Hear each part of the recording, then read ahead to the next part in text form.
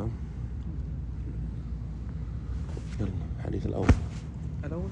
Oh, you gotta always get me with the first one. يلا. بس أنت على اليمين. It's okay. You say حدثنا أبو مصعب. حدثنا أبو Or موسى. how do you want to say it? كما تحب. حدثنا قال. لا ما تقول حدثنا عشان ما حدثك. He didn't narrate to you. So when we talk about no, he didn't narrate to you. So when we talk about a hadith, there's a way you get it and a way you give it.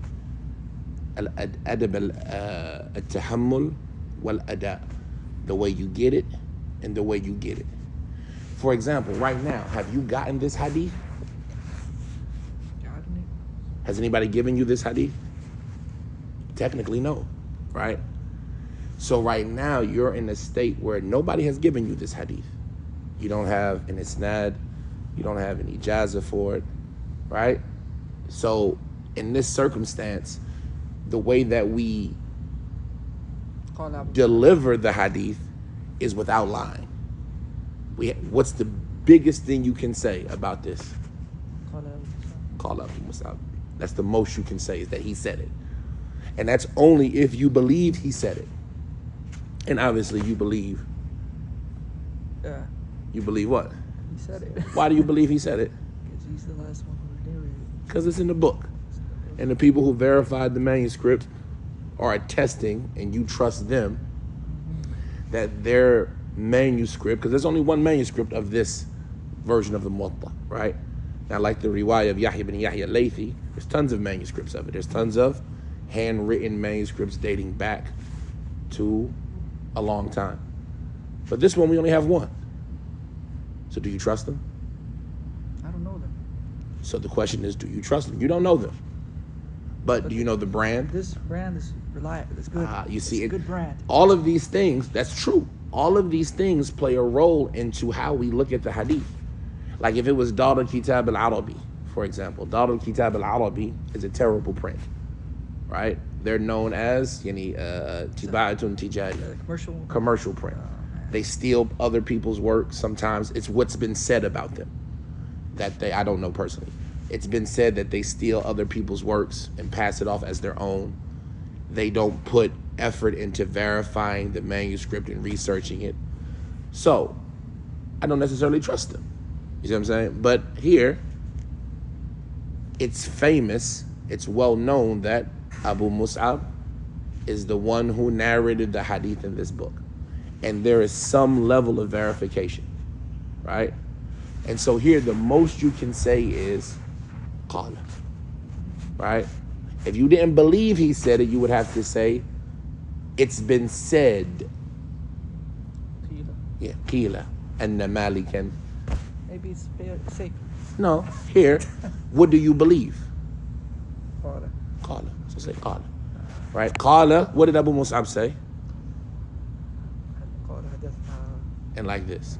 And this is important because as it relates to our books, we don't care that it's in between two covers to say that it's authentic. Just because you print it doesn't make it true. You see what I'm saying? What's important to us is the verification and the research that had to go into it for us to deem that it's reliable. And so with a kafir or with a negligent Muslim, whatever they see in the covers, and nowadays even worse, whatever they see on internet, Google, Wikipedia, they just automatically what? If I see it, it's true. With us, no. What is the research that goes into this? And the way we receive the information, as well as the way we deliver it, makes a difference, right? And so you're always paying attention. Why do we tell it? Why do we make sure that it's an Zayd ibn Aslam and not haddathana Zayd ibn Aslam and not akhbarana Zayd ibn Aslam? Because the way he received it makes a difference. Just like the way he delivers the hadith makes a difference. So تفضل. ولكن لماذا لا تبدأ ببسم الله أو الحمد لله؟ لماذا لا تبدأ بالحمد لله مثلا؟ We didn't do it before. Why not? The Prophet ﷺ has been reported that he said, كل أمر ذي بال يبدأ فيه بحمد الله فهو أخطأ أجذم. So is this an important fair? So نبدأ ببسم الله نبدأ بحمد لله. Right? الحمد لله والصلاة والسلام على رسول الله.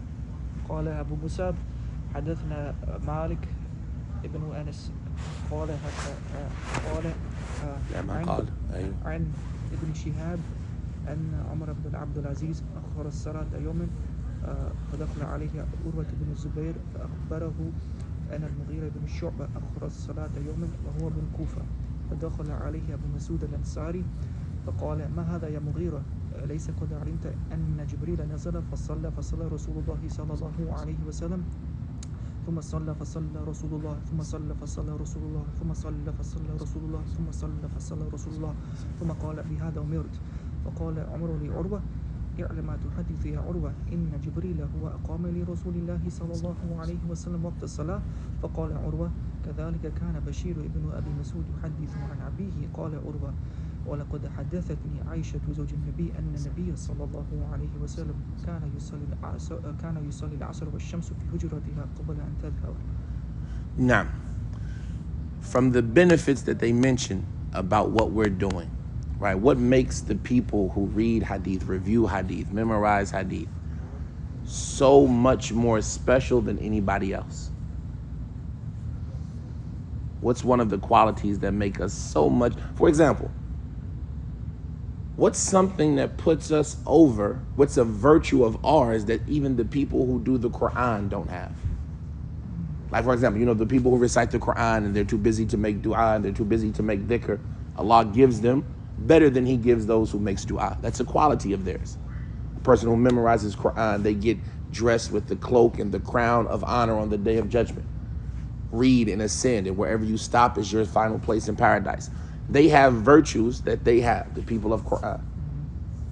What is a virtue that we, the people of hadith, have that nobody else has? Huh? Yeah. Okay. May Allah make a person shine who hears my statement, memorizes it, and delivers it. But that's only for the one who memorizes it. What about the miskeen who didn't memorize it? Our virtue is something that everybody who does hadith, only we get it. Plus, the person who memorizes the hadith might not be from the people of hadith. Like, for example, إِنَّمَا الْأَعْمَالُ بِالنِّيَّاتِ. How many people memorize this? Does that make them from the people of hadith? But they memorized the statement of the Prophet. So even without the chain, they've memorized the statement of the Prophet sallallahu alaihi wasallam. What's a quality that makes us, nobody else has it? The people of fiqh don't have it. The people of Quran don't have it. The people of language don't have it. It's something that only we have. أن جبريل نزل فصلى صلى الله عليه وسلم ثم صلى فصلى رسول الله صلى الله عليه وسلم ثم صلى فصلى رسول الله صلى الله عليه وسلم ثم صلى فصلى رسول الله صلى الله عليه وسلم ثم صلى فصلى رسول الله صلى الله عليه وسلم. Nobody else gets to say sallallahu alayhi wasallam as much as we do. And what is the benefit of that? أحق الناس بشفاعته يوم القيامة أكثرهم عليه صلاة. The people who have the most right to his intercession on the day of judgment are the people who have the most salat upon him. So we want to, if we don't get anything else from our studying of hadith except that we're abundant in our salat and salam upon the Prophet, فَبِهَا نِعْمَةً. And how great is that? الْمَرْءُ مَعَ مَنْ أَحَبَّ. The individual is with the person he loves. Is there any greater sign than every time his name is mentioned, you make dua for him, for the good that he gave you to pay him back, and for the evil that he protected you from to pay him back? So let's try not to let a moment when the name of the Prophet ﷺ, especially in these gatherings, sometimes we forget, sometimes we have a point we want to get off, and so we might forget to mention his name or forget to make this dua for him, but let's try not to do that. طيب حفظت الحديث الثاني. حديث الثاني. قال مالك عن زيد قال مالك عن زيد بن أسلم أنه قال جاء عن زيد بن أسلم أن عطاء بن يسار أنه قال جاء رجل إلى رسول الله صلى الله عليه وسلم فسأله عن وقت صلاة الصبح قال فسكت رسول الله صلى الله عليه وسلم ثم صلى الصبح من الغد حتى فسكت عنه رسول الله صلى الله عليه وسلم حتى فسكت رسول الله صلى الله عليه وسلم أنه حتى إذا كان من الغد أي صلى الصبح قبل أن تطلع الشمس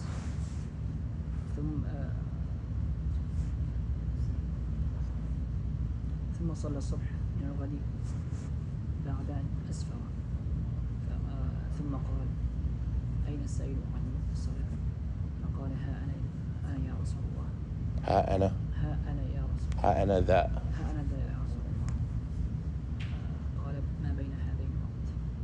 نعم. قال مالك عن يحيى بن سعيد عن عمرة بنت عبد الرحمن عن عائشة رضي الله تعالى عنها زوج النبي صلى الله عليه وسلم أنها قالت إن كان رسول الله صلى الله عليه وسلم ليصلي الصبح فينصرف النساء متلفعات بمروطهن ما يعرفن من الغلس. قال أبو مصعب حدثنا مالك عن زيد بن أسلم عن عطاء بن يسار وعن بسر بن سعيد وعن الأعرج يحدثونه عن أبي هريرة أن رسول الله صلى الله عليه وسلم قال من أدرك ركعة من الصبح قبل أن تطلع الشمس فقد أدرك الصبح ومن أدرك ركعة من العصر قبل أن تغرب الشمس فقد أدرك العصر. نعم نكتفي بذلك.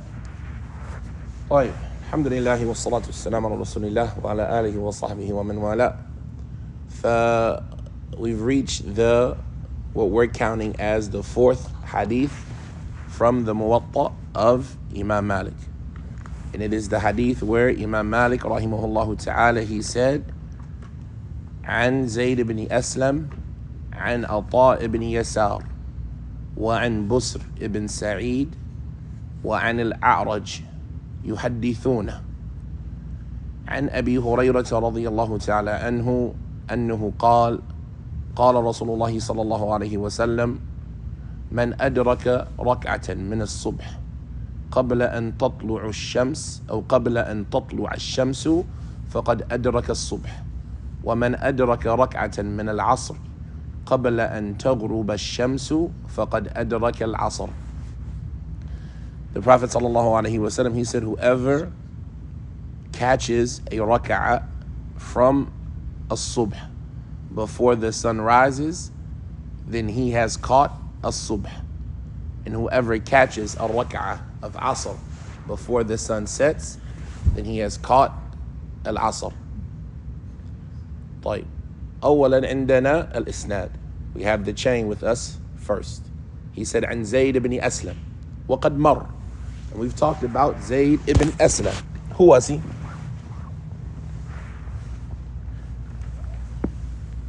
Maybe we'll start with the kunya. Anybody remember his kunya? Zayd ibn Aslam, Abu Usama. Abu Usama. Zayd ibn Aslam, Abu Usama. He was a scholar of what? Medina. He was a scholar of Medina. Well, the good news is that pretty much everybody in this book is going to be a scholar of Medina. So just by seeing them, you can say, oh, this is probably one of the scholars of Medina. Maybe some Mekkis in there, but He was alim tafsir. He was an alim of tafsir. Fiqh. Imam. He died 136. He died 136. Who became the Khalifa that year? Abu Ja'far Mansur. Abu Ja'far Mansur. طيب. His family, were they Arabs? Or should I say, were they freed or were they slaves before? Freed slave of who? It's important. Who was the person that they attribute or they have a relationship with? Medina. Khalifa. Umar. His father, Aslam, was from the slaves of Ainu Tamar in Iraq, an area near Karbala. the first slaves to come to Medina during the time of Abu Bakr, and his father Aslam, who was a noble individual, was the freed slave of Umar. And we said Zayd ibn Aslam kana yani musharan ilay, mustashar. He was one who people recognized and used to seek his counsel. Even Umar ibn Abdul Aziz, who was older than him, used to seek his counsel.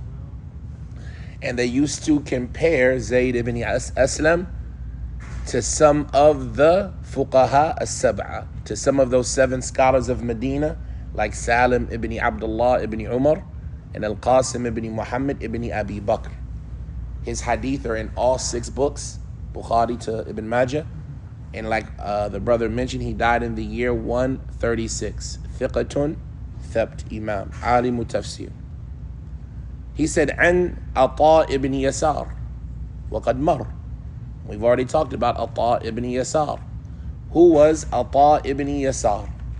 Try to give yourself a couple of points that you will always remember about everybody. Right? I usually like to tell people the things that I want to remember about everybody. Name includes their name, father's name, kunya, and nasab. Like something like that, right? Name, father's name, kunya, and nickname, right? If they have one, like we'll see with Alaj. Where they were from, right? When were they born? When did they die? What was their grade? If you can try to remember these 5 things about every person, then it makes it easier for you to build off of that all of the stories about who they were. So Ata ibn Yasar, who was he? Did we mention his kunya? Now I have to remember, because I don't remember his kunya. Ata ibn Yasar, Akhu Sulaiman and Abdullah and Abdul Malik. They were all brothers who were the freed slaves of Maymuna. Ata had the most hadith out of all of them, and Sulaiman was one of the fuqaha as-sab'a. I want to say his kunya is Abu Muhammad.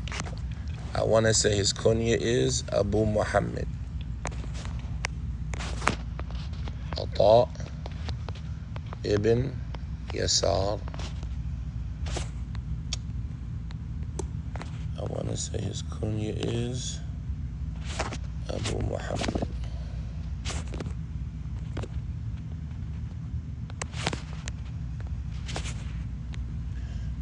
Abu Muhammad, yes. His kunya is Abu Muhammad. Ata ibn Yasar, Abu Muhammad. We said about him, anybody remember anything about him? He was from Afdal Qusas, right? He was from the best of the storytellers. What else? Born 19 He was born in the early, around 19, some of them say, after Hijrah. He was born 19 after Hijrah. So he's early on, right? From the high tabi'een. When did he die? 93. No. 94. Is it 94? Am al-Fuqaha. I want to say it's 96. Am al-Fuqaha is 96, right? Maybe They differed, but... I only said 90. I don't know. So I remember mentioning, they did differ for sure, but I remember mentioning that the easiest way to memorize it is put it with something else. And we said there was a year known as Am al-Fuqaha. And what was the year of the Fuqaha? It was, I want to say it's 96, but now you got me confused. No, I'm 94. That's where I'm confused at. You wrote Am al-Fuqaha 94? Yeah. So he died Am al-Fuqaha. That's an easy thing to remember. They mentioned maybe before that, maybe after that. But when they mention disagreement about somebody, pick one and then go on either side. Some say before, some say after, right? And so it's easy to remember Am al-Fuqaha. Thiqatun, Imam.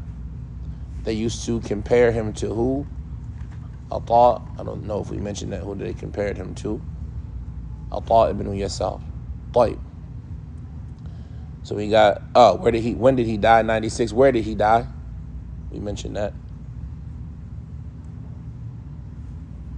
We mentioned he died in Iskandariya, in Alexandria, Egypt.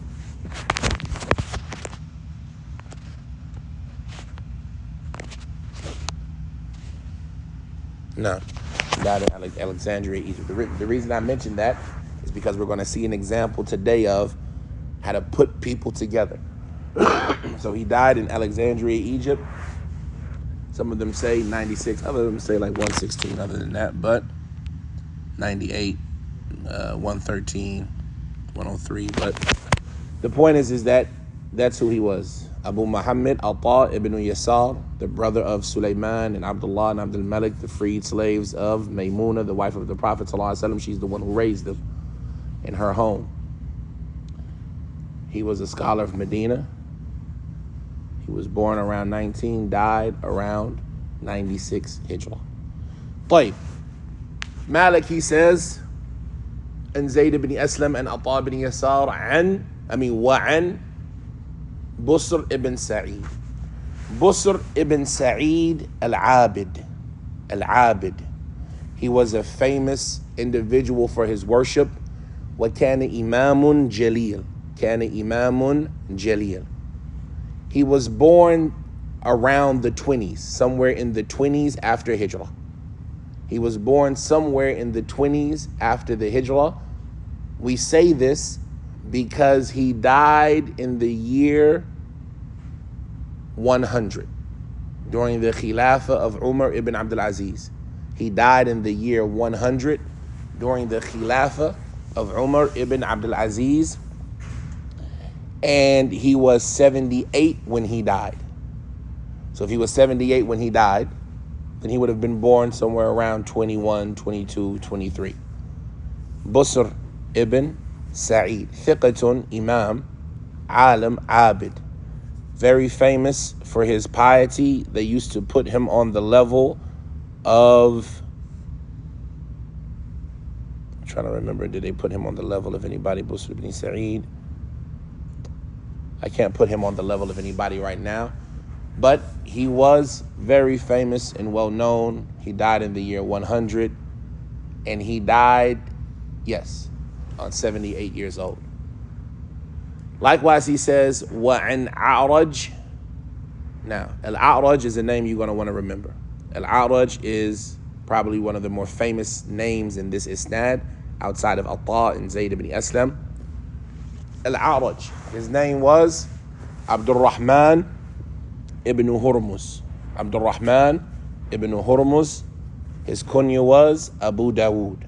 Abu Dawood, Abdul Rahman ibn Hurmuz. They say that the students of Abu Hurairah were 5.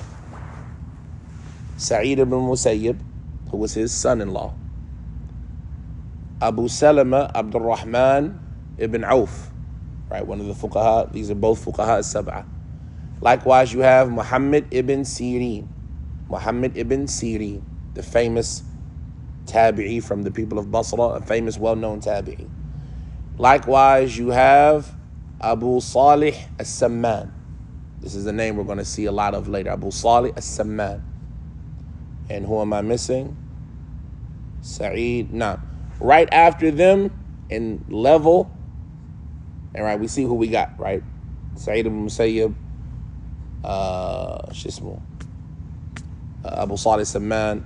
What did I say before that? Sa'id ibn Musayyib, Abu Salih Samman, Muhammad ibn Sirin, and Abu Salama, Abdul Rahman ibn Auf, Abu Salama ibn Abdul Rahman ibn Auf. All of these are major scholars. Right after them, you got Al-A'raj. So this shows us that Al-A'raj was famous. He was a well-known tabi'i.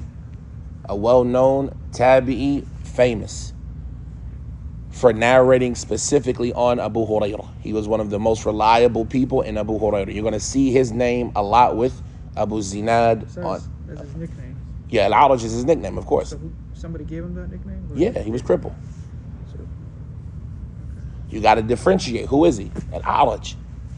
And that's why they would say, take a kunya before you get a nickname, right? Take a kunya before you get a nickname. So that was his nickname, Al-A'raj, and that's what he became famous with. So you got to know him by what he became famous with, right? Because everybody, when they talk about him, sometimes they'll say, Haddathana Abdul Rahman. Sometimes they might say, Haddathana Ibn Hurmuz. But most of the time they're going to say, Haddathana Al-A'raj. right? We don't know exactly when he was born, but we know he was from the Kibar Tabi'in. They say he no, that was Busr bin Sa'id who reached people like Uthman. Like Busr bin Sa'id, he reached people like Uthman. Al-A'raj was a little bit younger, but still reached a large amount of Sahaba. And from somebody he would narrate on in abundance is Abu Hurairah. Al-A'raj, Abdul Rahman ibn Hurmus, Abu Dawood. He died in the year 116 after Hijrah in Alexandria. Right, so we have him and Atta, right, dying around the same time in the same place. Why was everybody going to Egypt? Why is all these people dying in Egypt? They're from Medina. Why are they all dying in Egypt? Because that's where the jihad was at that time. That's where the jihad was at that time. You got to understand the history of Egypt had already been conquered, right? During the time of Al-As, Amr bin Al-As. He's the one who opened Egypt.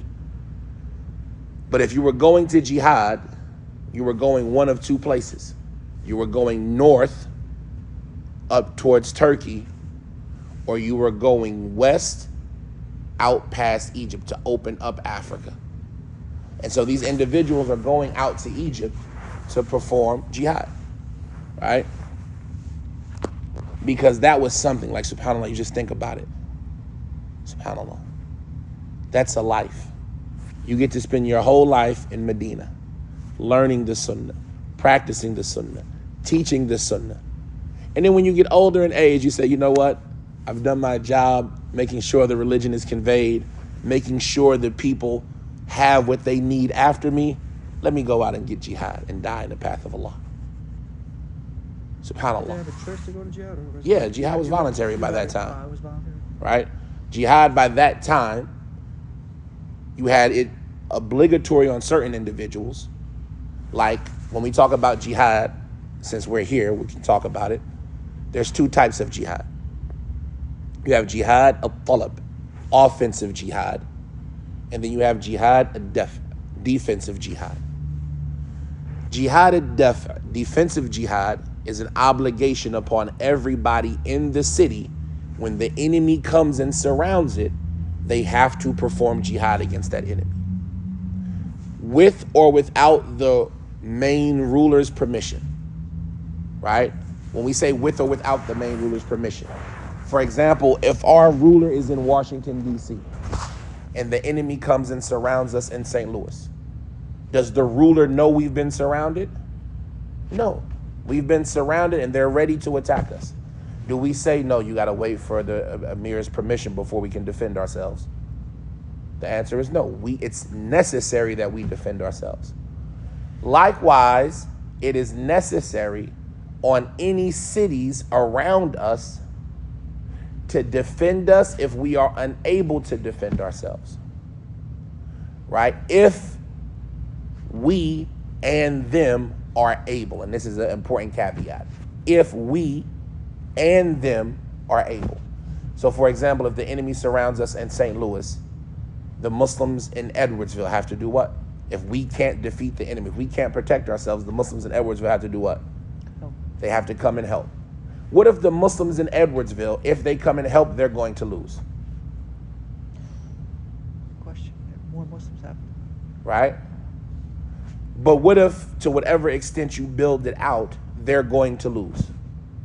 Like, say, for instance, the Muslims in Edwardsville, St. Charles, and Baldwin, and Arnold is what I meant to say.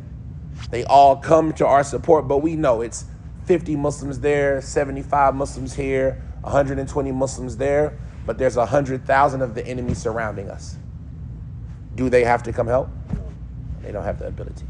And they have to think about their communities as well. And upon us, do we have to fight? Yes. Right. You have No. an option. Yes, we have an option. I mean, he's gonna kill you anyway. What option? Treaty. Oh, that's different. That's my point. What if they were like? Do we have to fight? Because there's a difference between saying When you hear this statement, jihad at death is wajib, a person might think, okay, I have no choice, I have to fight. There's 100,000 surrounding the 100, the 50, the 1,000 Muslims in St. Louis. Do we all just have to say Bismillah, Allahu Akbar and start running at them? What if they We look at the targeting option. your deen, you know, so you have They're coming to take our land, our homes, and whatever they're coming to do. They have surrounded us to do bad to us. I know, but the point is taking your land, you know. They're coming to kill us. Yeah. There's 1,000 of us, 100,000 of them. Do we tell the 100,000 of us that 1,000 of us that are here, you have to go out and fight? The goal is always what? To win. No. The goal is always to spread Islam. Right? That's the foundation. لِتَكُونَ كَلِمَةَ اللَّهِ هِيَ الْعُلْيَا. طيب, what's the next goal after that? No. The next goal after that is the preservation of life. Because I can't spread Islam if I'm what?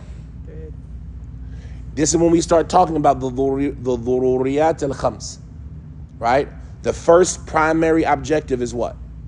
Religion. I have to do what I can to make sure the religion remains and stays. After that, what's the next one? Life. After that, there's wealth. After that, there's intellect. After that, there's lineage. After that, there's honor. You see what I'm saying? So if there's 100,000 Muslims surrounding me, and there's only 1,000 Muslims in the city, do we tell the people, go run and fight? Let's see what we can do to preserve life. Can we make a trade? Can we make a treaty? Can we give you some money to leave us alone? What about if we leave? Will that stop the fight? And these are important points to remember, because the people nowadays who might call you to jihad, and jihad is part of Islam. There is no two ways about it. وَذِرْوَةُ سِنَامِهِ الْجِهَادِ. The highest pinnacle of it is jihad. But the people who call you to jihad nowadays, they'll use statements that are agreed upon in a way that is confusing. Jihad at death is defensive. I mean, it's obligatory. You have to do defensive jihad. Like, you have to do it when? When you have the ability and you have no other choice.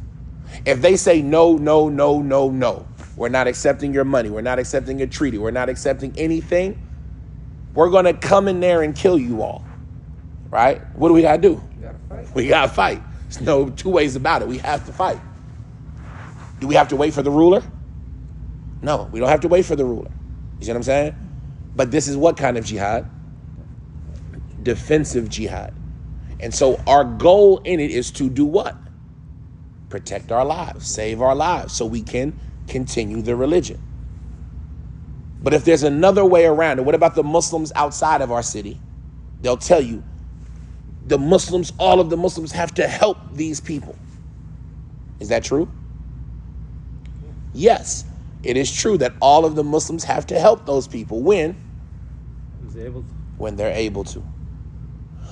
If they don't believe that they can help, whether through logistics, whether through events that are stopping them, like actual ability, or there's a treaty between them and the party that is fighting the other party of Muslims.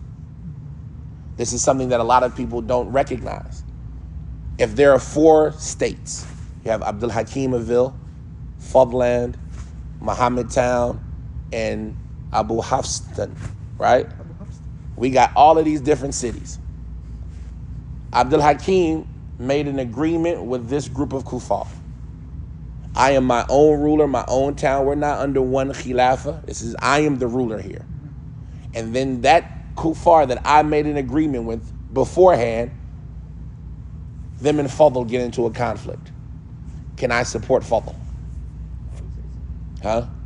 Not until I turn in my agreement. Right? I have to let them know, hey, you fought them, our agreement's over. right? So they can know that there's no treachery here. And then after that, if I'm able to, I can go support Fadl, right? So all of these things are important to understand because jihad is not just this willy-nilly thing that we do. It has rules and regulations. That's jihad al-dafa. Jihad al-talab, offensive jihad. Then this is the jihad that it is necessary to be done under the banner of the leader. You cannot establish offensive jihad without the leader's permission. Is there offensive jihad in Islam? Absolutely. You'll find from some of the people nowadays who will try to make you think the only jihad in Islam is defensive. No, we have offensive jihad. We have a jihad where we go out purposefully to win against the enemies of Islam. But the first thing about offensive jihad is to understand, when was it legislated? In Mecca, was there any jihad? No. In Medina, was there jihad? Yes. Like, what kind of jihad in Medina? The whole, Difa? For the first, some of them say 9 years, there was only defensive jihad. Right? Some of them disagree about to what extent, when did defensive jihad start? When did offensive jihad start? They call it ayatul sayf, the ayat of the sword. When were we commanded to go out and fight the kuffar? Right? Not when were we commanded to defend ourselves. أُذِنَ لِلَّذِينَ يُقَاتَلُونَ بِأَنَّهُمْ ظُلِمُوا. It's been allowed for those who are fighting because they were what? What kind of jihad is that? Defensive. That's defensive jihad. Right? Badr, what kind of jihad was that? Did we go out looking for a fight? وَتُوَدُّ أَنَّ غَيْرَ ذَاتِ الشَّوْكَةِ تَكُونُ لَكُمْ. And you wish that the one that wouldn't have any fight would have been the one that you got. Uhud, was it offensive? We're going to come back next year and get our revenge. And they came back. They had Badr al-Maw'id, and then they had Uhud. There was a second Badr. There was actually 3 Badrs. But there was a second Badr, and then they came back with Uhud. What kind of jihad is that? Defensive. Al-Ahzab, Al-Khandaq. Defensive. طيب. The battle where Hudaybiyah. Let's go to Hudaybiyah's next. What happened there? No jihad. They were getting ready to go do jihad. Like, look, okay, but what kind of jihad was it? Revenge. You killed Uthman. We're going to go in here to get our revenge for him. And when he came back, okay, what's the goal now? Preserving Islam, preserving life. So there is no jihad al-talab in Rasul time? No, there is. We're coming to it. But look how many years we are into the mix already. How many years are we? 6. We're 6 years into the mix, and we're still not going out fighting everybody. All of the skirmishes against the Jews, Bani Qurayza, Bani Qaynuqa, Bani Nadir. What is that? treachery. Exactly, treachery. We're kicking you out of our land, right? The point is, I'm trying to understand, you said Muslims took revenge for Uthman. They were ready to. Did they? But that's after Rasul died, right? No. This is Hudaybiyah. You talking Uthmanic? No. So the story of Hudaybiyah, the Prophet ﷺ, when they went to go make Umrah, right? They sent Uthman ahead, and Uthman didn't come back. And so they thought he was dead, so they did Bayatul Ridwan. We're going to take revenge for Uthman. Then he comes back. Do we do any jihad? No. Preserve life. They tell him that he can go do Umrah. They said not this year. No, Uthman. Yeah. But he didn't do it. Yeah, correct. How many of us would have done it though? SubhanAllah, Sahaba is something different. طيب. We're going to see a story about how different the Sahaba... Yeah, I know what you're talking about. There's a story about how different the Sahaba were with Abu Hurairah. Reading the stories of the Sahaba make you enjoy them, make you love them. How different they were. How the same they were, but how different they were. Anyway, طيب, what's next after Hudaybiyah? Khaybar. What kind of jihad is this? You might say it's talab. This might be the first talab. This is year 7. Or you say the Jews in Khaybar were preparing to attack the Muslims. And they had reached them that there was an attack coming. And so the preemptive. But preemptive is still, you can say what? Defensive. It's offensive in the fact that we beat them to the punch, but we only did it to them because of what? Because of what we heard they were going to do. There wasn't a group of people who was minding their own business and we just went out and did jihad against them. They were getting ready to do something to us. Like, earlier on, there were 70 Hufaz that were killed. Right? Did the Prophet ever go get revenge for them? Not at this time. al-Muwatta, right? He didn't get revenge for them yet until after Hudaybiyah. When him and the kuffar of Quraysh, I don't got to worry about these guys attacking me from my backside. I can now go get revenge for those people who requested us to send them teachers and kill them, to where all I could do during that time was kunut for 40 days against them. But now I don't have any other skirmishes to worry about. There's peace. I can finally go get my revenge. Offensive jihad or defensive jihad? It's like revenge, right? I'm going to get our thar. I'm going to get back what they took from us. Plain. Conquest of Mecca. Offensive jihad, defensive jihad. Oh, you want it? It's gotta be offensive. Right? No. They broke the treaty. They broke the treaty. During the conquest of Mecca, they broke the treaty. That's the only reason we did jihad against them. So a person might look at it and say, well, that's offensive jihad. We went out against them, but why do we go out against them? I mean, when we say offensive jihad, it's just there's some people over there who is just minding their business. And we are purposefully, on purpose, for the first aggressors. We are the ones who aggressed, right? So what kind of jihad was the conquest of Mecca? We weren't the aggressors. They broke their treaty. Like, after the conquest of Mecca, what happens now? Allah sends down ayat as-sayf, right? Surah at-Tawbah. Hatta yu'tuna al-jizya an yadin wa qatilu, right? Fight against, I didn't memorize Tawbah, so you have to go back and read it for yourself, right? I know, I want to memorize Tawbah. That's one of the surahs that I started it in school but didn't perfect it. But the point is that the ayat of what is known as the ayat of the sword is in Tawbah. That ayat when Allah says about fighting against the Jews and the Christians, hatta yu'tuna al-jizya an yad wa hum saghirun. Walaikum salam. Fight against them until they pay the jizya by hand and they are disgraced. After that, the Prophet did what? Think about it. What happened after that. Who did he write to after that? The Romans, the Persians, right?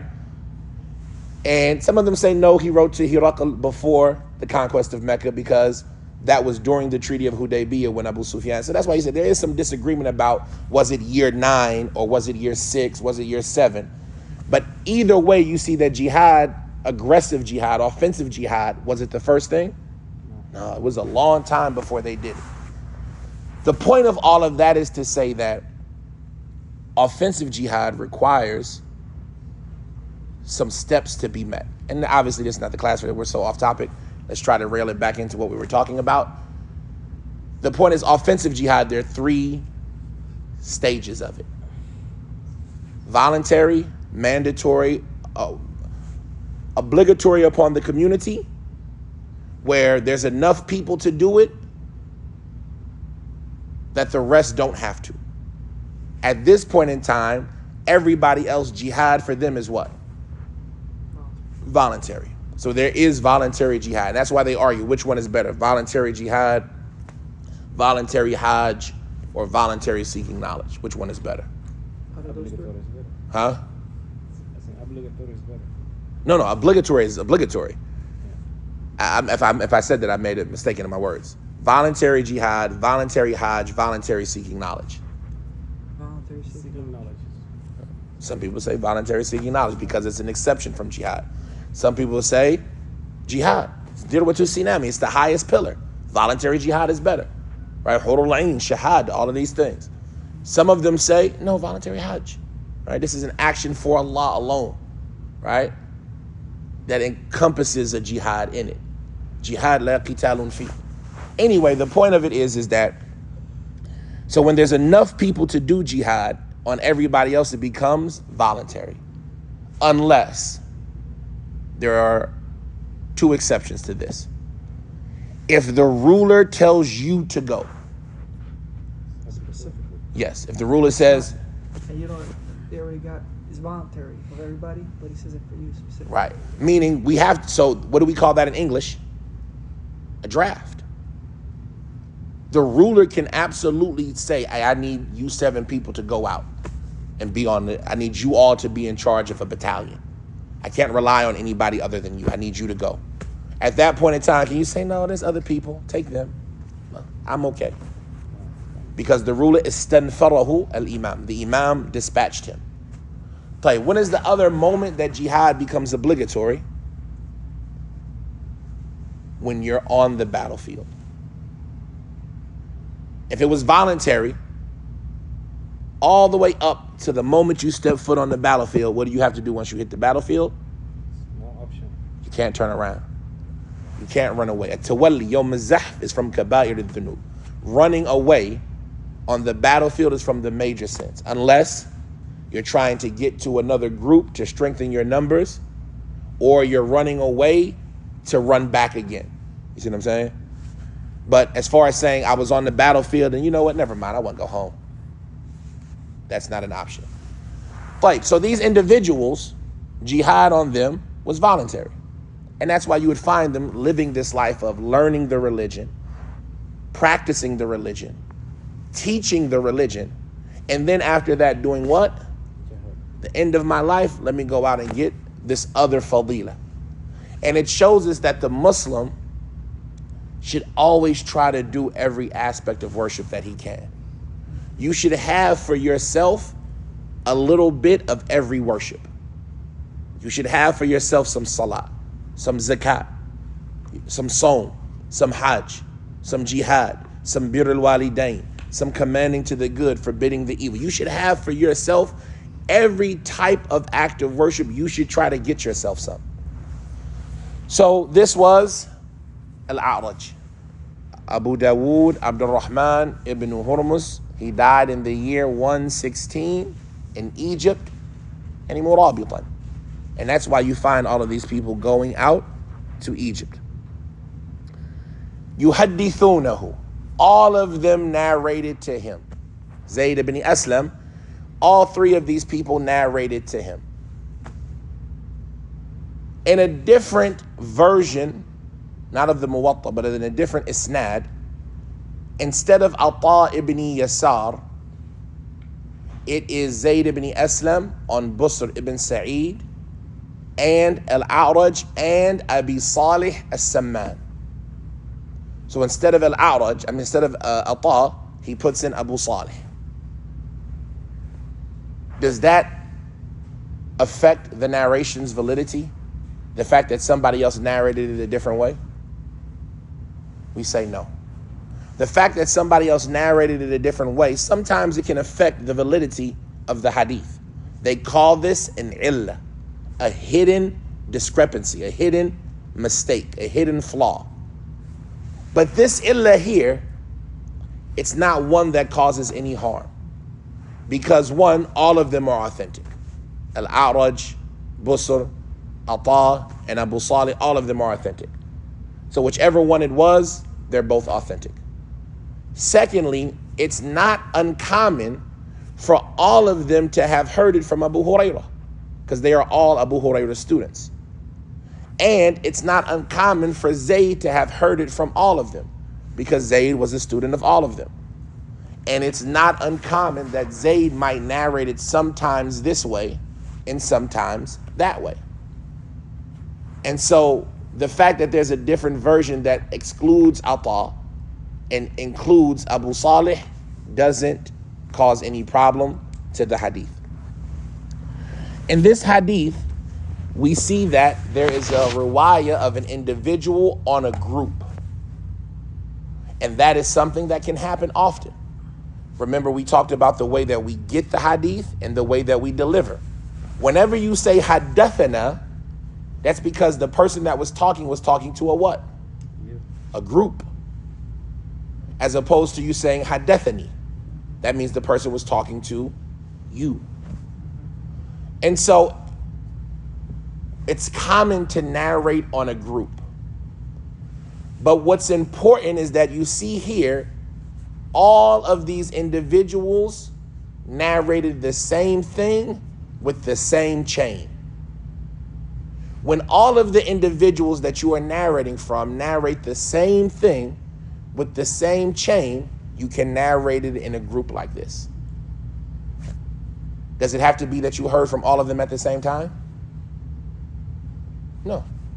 As long as they all narrated what? The same thing with the same chain. So for example, Fadl tells me Ice Mountain water is the best. And Abu tells me Ice Mountain water is the best tomorrow. And then Muhammad and Muhammad tell me that Ice Mountain water is the best the day after that. I can say that Fadl, Abu, and the two Muhammads narrated to me that Ice Mountain water is the best. It doesn't matter that it's different times, as long as they all narrated the same thing with the same chain. If there is a difference in what they say or the chain that they use, I need to clarify that. I need to clarify it. If I don't clarify it, then that will be called mudraj. And mudraj is a type of hadith, right? A mudraj hadith is when somebody adds something to the hadith that's not from it. Right? A mudraj hadith is when somebody adds something to the hadith that's not from it. And that can be different ways. Sometimes I can add my own statement to the statement of the Prophet ﷺ. Right? Like for example, I say, إِنَّمَا الْأَعْمَالُ بِالنِّيَّاتِ, for sure. The statement for sure is whose statement? Yours. It's my statement. If that statement is not clear that it's my statement, if I don't specify and make it clear that it's my statement, that becomes mudraj, where somebody else who hears it thinks that it's part of the what? Hadith. That's one way you can do idraj. Adding something, a word that is not part of that, whether you do it in the beginning, the middle, or the end. A second type of idraj is where I have two people narrating something, but this one narrates this and this one narrates that with the same chain, and I put them together. This one narrates this and this one narrates that. They both have the same chain, but I put them together to make it seem like they both said both things. Or I take one of them away to make it seem like this one said both things because it's the same chain, right? That's a different type of idraj.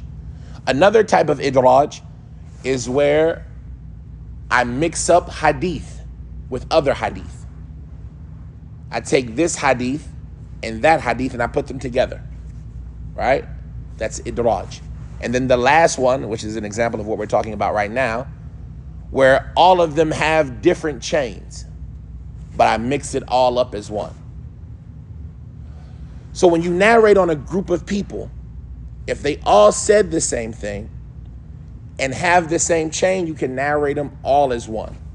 If not, you need to clarify who said what. And they do this different ways, either by adding words, right? This statement was his word and that statement was his word. Or what they do is they say, ha. Sometimes you'll see in the hadith, he'll mention a chain, and then after it, they'll say, ha. And you say ha. You don't say anything else. You just, when you're reading it, you read it as ha. And the ha there means transition, tahwiyah. But that's the way I differentiate that this guy had this chain, this guy had that chain. Until they get here, that's when they meet up. So here we see that Aslam, or Zayd ibn Aslam, is narrating on a group of individuals. كُلُّهُمْ يُحَدِّثُونَهُ. All of them are narrating to him, i.e. the same thing from the same person. That's why you could gather it up and make it one hadith on Abi Hurairah. Abu Hurairah, what's his name? We'll just go back 1 second. Fadl. The wa right there. What if it was a no wa? The one An Busri ibn Sa'id. Could it If be- there was no wow, then this hadith, so that's a good question. The wow there shows that they're all doing it together, right? All three of them are doing it. If there was no wow, it would mean Zayd ibn Aslam on Ata ibn Yasar, on Busr ibn Sa'id, on Al-A'raj, on Abi Hurairah. Yeah. Why is that a good question? Because a lot of times in manuscripts, you'll see they have something called tashifat, mistakes, errors, typos, slips of the pen. And a lot of times the easiest thing to slip is what? Wa. You can forget it. Or something else they do a lot. And ibn. And ibn. Right? So you might see something like an Zayd ibn Aslam ibn Ata ibn Yasar. And this is why it's important for you to know who the people are. So when you see a mistake like that, remember, it's not just because it's in a book, we believe it. We need that research to go with it.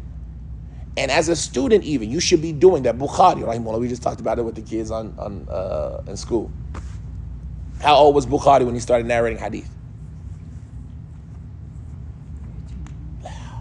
Bukhari, mashallah, mutaqaddim. 10 years old. 14? 10 years old. 10? Oh. 10 years old. By the time he was 11, he was correcting his teacher. I want to say Mekki, one of his teachers, his older teachers in Bukhara. He made a mistake in the isnad. So-and-so on Abu Zubair. Bukhari says, nah, Abu Zubair didn't narrate on that person. Fantality. He got mad. What are you talking about? Little kid, 11-year-old gonna tell me who he narrates on? Go back to your book. All right, you narrating from your memory. Irji' ila aslik. Go back to your manuscript and see what it says. The next day he came back, he said, okay, then who did he narrate on? It wasn't Abu Zubair, it was Zubair ibn so-and-so. I forget the details. He said, so the teacher took his pen and scratched it out and put the right answer. It's not just because it's written down that we take it. And even as a young student, like was Bukhari Amir al-Mu'mineen at that time? He was a young student, 11 years old. He's not Bukhari yet, right? This was a sign that he would become Bukhari, but he's not Bukhari yet. As a student, can you look at a book critically and say, you know, I think this is right, I think this is wrong, I think this is a mistake. Let me research this. I think this word is flipped wrong here, right? You should be doing that at every stage of your studies to what you're capable of. Becoming a scholar of anything isn't a transition that once you do this, you're a scholar, right? It's not like right now, today, and in 15 exact years, once that clock strikes 12, scholar. It's not once I get piece of paper, scholar. Becoming a scholar is the effort that you put into the field that you're studying to where after a while, through progression, you have reached that level. So you can't become a scholar just by being. You become a scholar by doing. So don't be scared in your early stages of studying to be like, no, this is wrong. And trust me, you're going to come back later on and be like, no, I was wrong, right? You're going to have that. Your early books, my early books have so many things in the footnotes, commentary, an opinion I had. And I look at it like, what was you thinking, Abdul Hakim? That's garbage. You didn't make, but then you find one, right? I remember the definition of what is the difference between a prophet and a messenger. right? You know, you've ever heard of the difference between a prophet and a messenger? What is it? SubhanAllah. Nabi is someone who is Allah revealed Uh-huh. a manuscript that Yeah. was before him. Okay. You got anything? Prophet is Prophet Prophet is is just conveying the same message, and then Rasul is the one who gets it new. Okay, mashallah, mashallah. Tulab al-ilm, mashallah. Most people used to say, and they still say it today, a prophet is one who was given a message from Allah but was not commanded to convey it. He was not commanded to convey it. And a messenger is one who was given a message from Allah but was commanded to convey it. That's what they said. That's what they say. When I heard that, you read in the books of Aqeedah, when they talk about the difference between the prophet and messenger, you hear this is a common definition. That don't make sense. That just don't make sense. How are you going to say a prophet was not commanded to convey when I'm commanded to convey and I'm not a prophet or a messenger? Do you got to convey the haqq? Do you got to tell somebody the haqq? So you're going to tell me a prophet had a whole wahi from Allah and he didn't have to convey it? Just for himself. Just keep it to yourself. You don't got to tell nobody. So I didn't like it. It's in the book. It's a popular definition. I scratched it out. I not scratched it out the book, actually, because you don't want to scratch out of your book. You can't change what's in your book. Meaning I put a line under it, and I put my footnote on the side, my commentary. What's my commentary? I sat there, and I thought about it. Let me think of all the prophets I know. Okay, Adam, Sheeth, Ishaq, Dawood, right? Not Dawood, I'm sorry, Sulaiman, and we're going to come back to Sulaiman. Let me think of all the messengers I know. Nuh, Isa, Musa, Muhammad sallallahu alaihi wasallam. What's the difference between them? Okay, all of these messengers, they were sent to Kufar. Every messenger was sent to who? Mushrikun. All of these prophets were sent to who?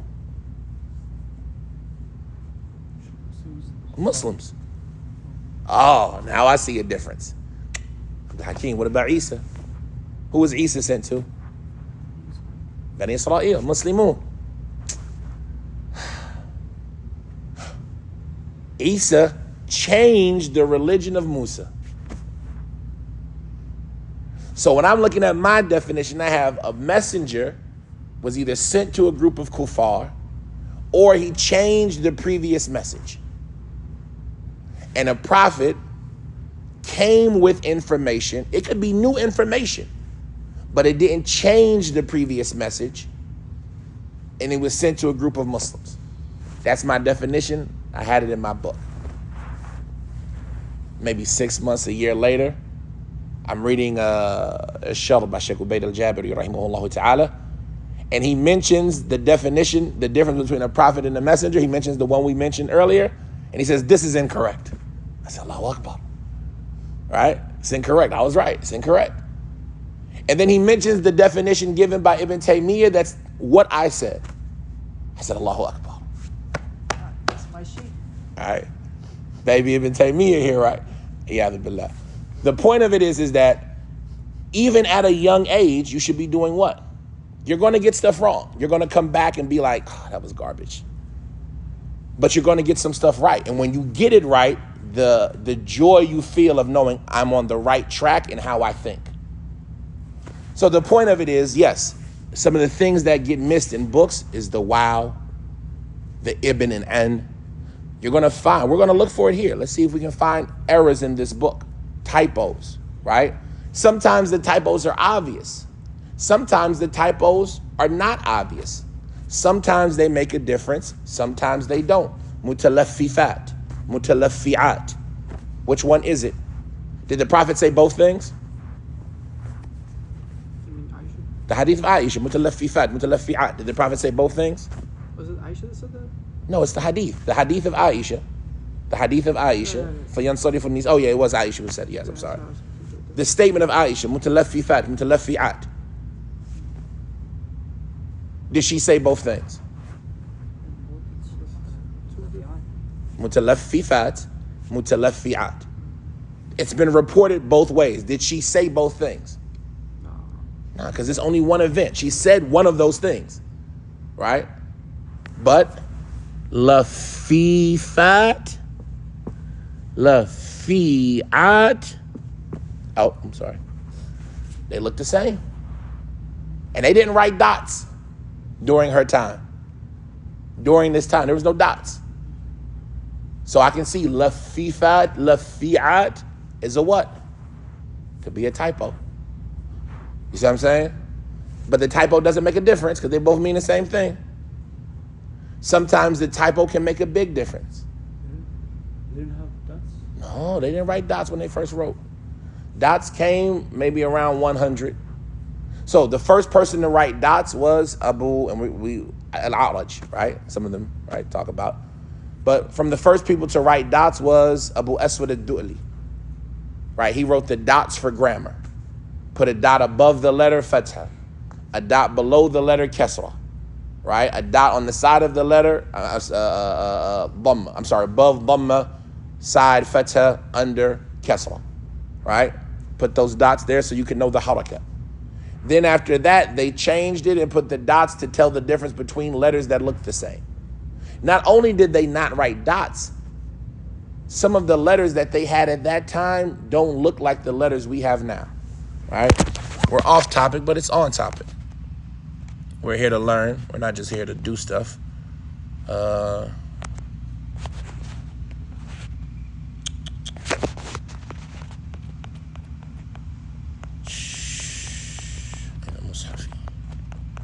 أين مصحفي? What surah is that? It looks like Fatih. All right. You see how it looks? That's how they wrote. That type of khat is called Hijazi. Right? That's how they would have written during the time of the Prophet ﷺ and the time of the Sahaba, the Tabi'een. Is it a dot on the... There's no dots.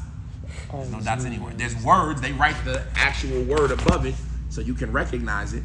But if you're not looking at the words above it, can you recognize it? Right? And so all of this is why it's important. And this is when you get the benefit of like everybody saying, I'm Hakeem. Why are we still here talking about this? Now, we ain't even got to the hadith yet. Right? Why are we talking? Because that is how our religion was preserved. These details of how to write, how to read, memorization, reviewing with your teacher. What's his name? When was he born? When did he die? That's the isnad. And the isnad is min ad-din. Well, isnad min ad-din. Right?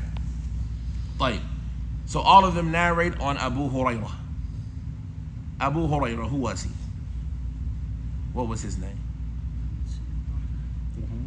There are over 20 opinions about what his name was. There are over 20 opinions about what his name was. His name and his father's name, like so-and-so ibn so-and-so. We'll say that perhaps the strongest opinion of what his name was Abdul Shams. Abdul Shams.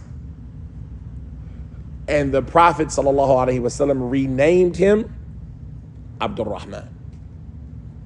So before he was a Muslim, his name was Abdul Shams. And the Prophet ﷺ renamed him Abdul Rahman. And in that, there is an evidence for us of changing the name of the individual who accepts Islam, especially if the name has a bad meaning. If the name has a bad meaning, it becomes mandatory.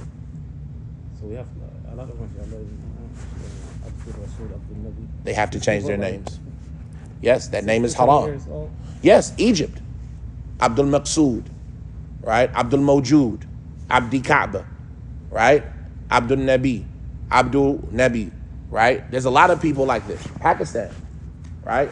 These names are haram. If the name is haram, it has to be changed.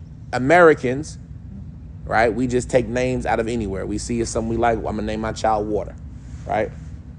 Destiny. Huh? Destiny. Destiny, right? We just take words, right? You might find the American name Christian. If he accepts Islam, You got to change your name. Are you a Christian? So you got to change your name, right? If the name is not impermissible, is it better to change the name or not? Tom. Is it better to leave your name Tom or change it to something Arabic? Maybe it's better I'm asking. to leave it. It's recommended. It's not permissible. No, the name is permissible, Tom. You just leave it. I don't know why you change it. It's fine to leave it, and it's fine to change it. Which one is better? I'd probably say it's better to leave it. Why do you say better to leave it? A good dawah. Good dawah. Change it. Why you say it's better to change it? It sounds better. You're a Muslim. الرسول صلى الله عليه وسلم said, أفضل أسماء عبد الرحمن change it. Change it, because the Prophet changed to Abdullah, Abdurrahman. The Prophet said it's the best name. You can change your name, change your name. It's easy when we're talking about English. Like, what happens when we start talking about Bosnian? Anvar. Yeah. Give me a name in your language. What language do you speak? Swahili or Oromo? Give me a name that's a Roman. Oromian. How would you say it? Oromawi. Give me a name that's like, Obsa. huh? Obsa. Absa. What's that mean? Obsa. Opsa. What's that mean? Sabir. Sabir. Right? Should he leave his name Opsa or should he change it to Sabir? Obsa. Right? Anta Sudani khalas. Right. Give me a name. Gulzar. Huh? Gulzar. Gunzar?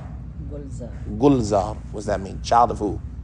No, not child, but it's garden. Garden. Garden? Garden of Riyal. flowers. Yeah. Riyal. Bustan. Yeah, that's Right? So, should they change it or should they leave it? Some of them say leave it because it makes it more acceptable, the dawah that you give. But there are examples of the Salaf who would change their names when they accepted Islam. And me personally, I lean towards changing it.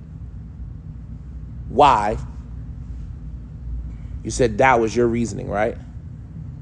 Isn't it dawah when somebody sees this American man named Abdul Hakim? What's your name? Abdul Hakim. Abdul Hakim, what kind of name is that? Oh, I'm a Muslim.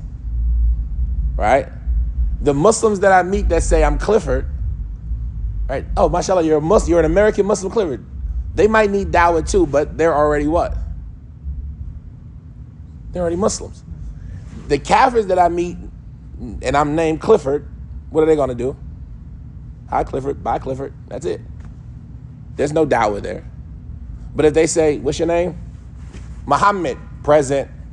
Muhammad, and it's American school and there's only Americans here. Who's this Muhammad guy? Where'd you get that name from? Oh, I'm Muslim. So which one is better, dawah? Why you wear a thobe? Why you wear a thobe? The clothes of the Muslims.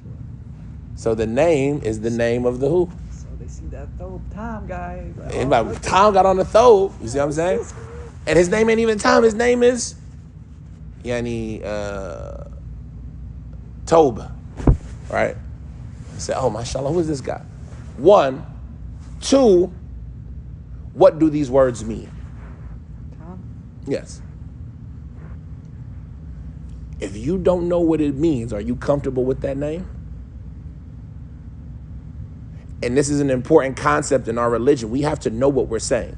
رُبَّ كَلِمَةٍ لَا يُلْقَى لَهُ بَالًا. Maybe a word a person doesn't care about, 70 years in the hellfire because of it. 3, who's named Tom? Kufar. وَمَنْ تَشَبَّهَ بِقَوْمٍ فَهُوَ مِنْهُمْ. If you give me the choice, I prefer changing the name. Salaf did it. It's better dawah. I know what it means. And I don't want to be like a kafir, even in my name. The point is that Abu Hurairah's name being Abdul Shams shows us that you can change your name. You can have a name in Islam and then change it. Can you change your father's name? Muhammad ibn Abdul Shams. Yeah. Can I change it? No. No. You're just Ibn Abdul Shams, because changing that would be, because the point that you guys are kind of looking over, is it deception to change your name? Is it deception to change your name? Everybody knows you as Fadl. And then tomorrow you go, I want to be Muhammad. I got some people looking for me. Don't call me Fadl no more. I want to be Muhammad. Somebody comes to the masjid and says, Fadl here? I can say, no. Because now I'm Muhammad. Is it deception to change your name? No. We see we can change our names. They changed their names, right? But can you change your father's name? No. Ud'uhum li'abaihim huwa aqsatu 'inda Allah, right? So the point is, Abu Hurairah, the Prophet ﷺ changed his name, and he changed a lot of people's names. He changed his name from Abdul Shams, possibly, to Abdul Rahman, possibly. Abdul Rahman ibn Sakhr. He was born a Dosi. He was from the tribe Ados, right? Arab, from the tribe Ados. He was born about 20 years before Hijrah. He was born about 20 years before Hijrah because he was around 33 when the Prophet ﷺ died. He was about 33 when the Prophet died, so he would have been born around 2021 Hijrah, before Hijrah. He accepted Islam year 7 during the Battle of Khaybar. Meaning he was from the land of Dos, which is in Yemen. And he arrived in Medina right after the Muslims had won in Khaybar. Right after the Muslims had won in Khaybar, he arrived in Medina. And Khaybar was in Muharram, year 7. He talks about, I remember getting to Medina and the Prophet was still at Khaybar. And I prayed behind the individual that the Prophet left in charge. He mentions his name. I don't know his name. I don't remember his name, should I say. He says, and he read in Maghrib, he read in Fajr, in the first raka'ah, Surah Maryam. And he read in the second raka'ah, Waylun lil mutaffifin. And I remember telling myself, woe to my Abbey. My Abbey had 2 scales, one for himself and one for everybody else. Sahaba are like us. You're in Salah, you hear him say, you're like, man, my dad do that, right? I like their stories. There's a story that I said that the Sahaba make you see how much they're like us, but how much they're different. Abu Hurairah was from the people of Sufa. Ahlul Sufa, Duyuf al-Nabi. They were the guest of the Prophet ﷺ. People who didn't have family and connections, they all lived in the masjid. They didn't have the ability, right? Some people like to say, well, no, they chose that lifestyle. This is a mistake. Ahl Sufa did not choose to be poor, right?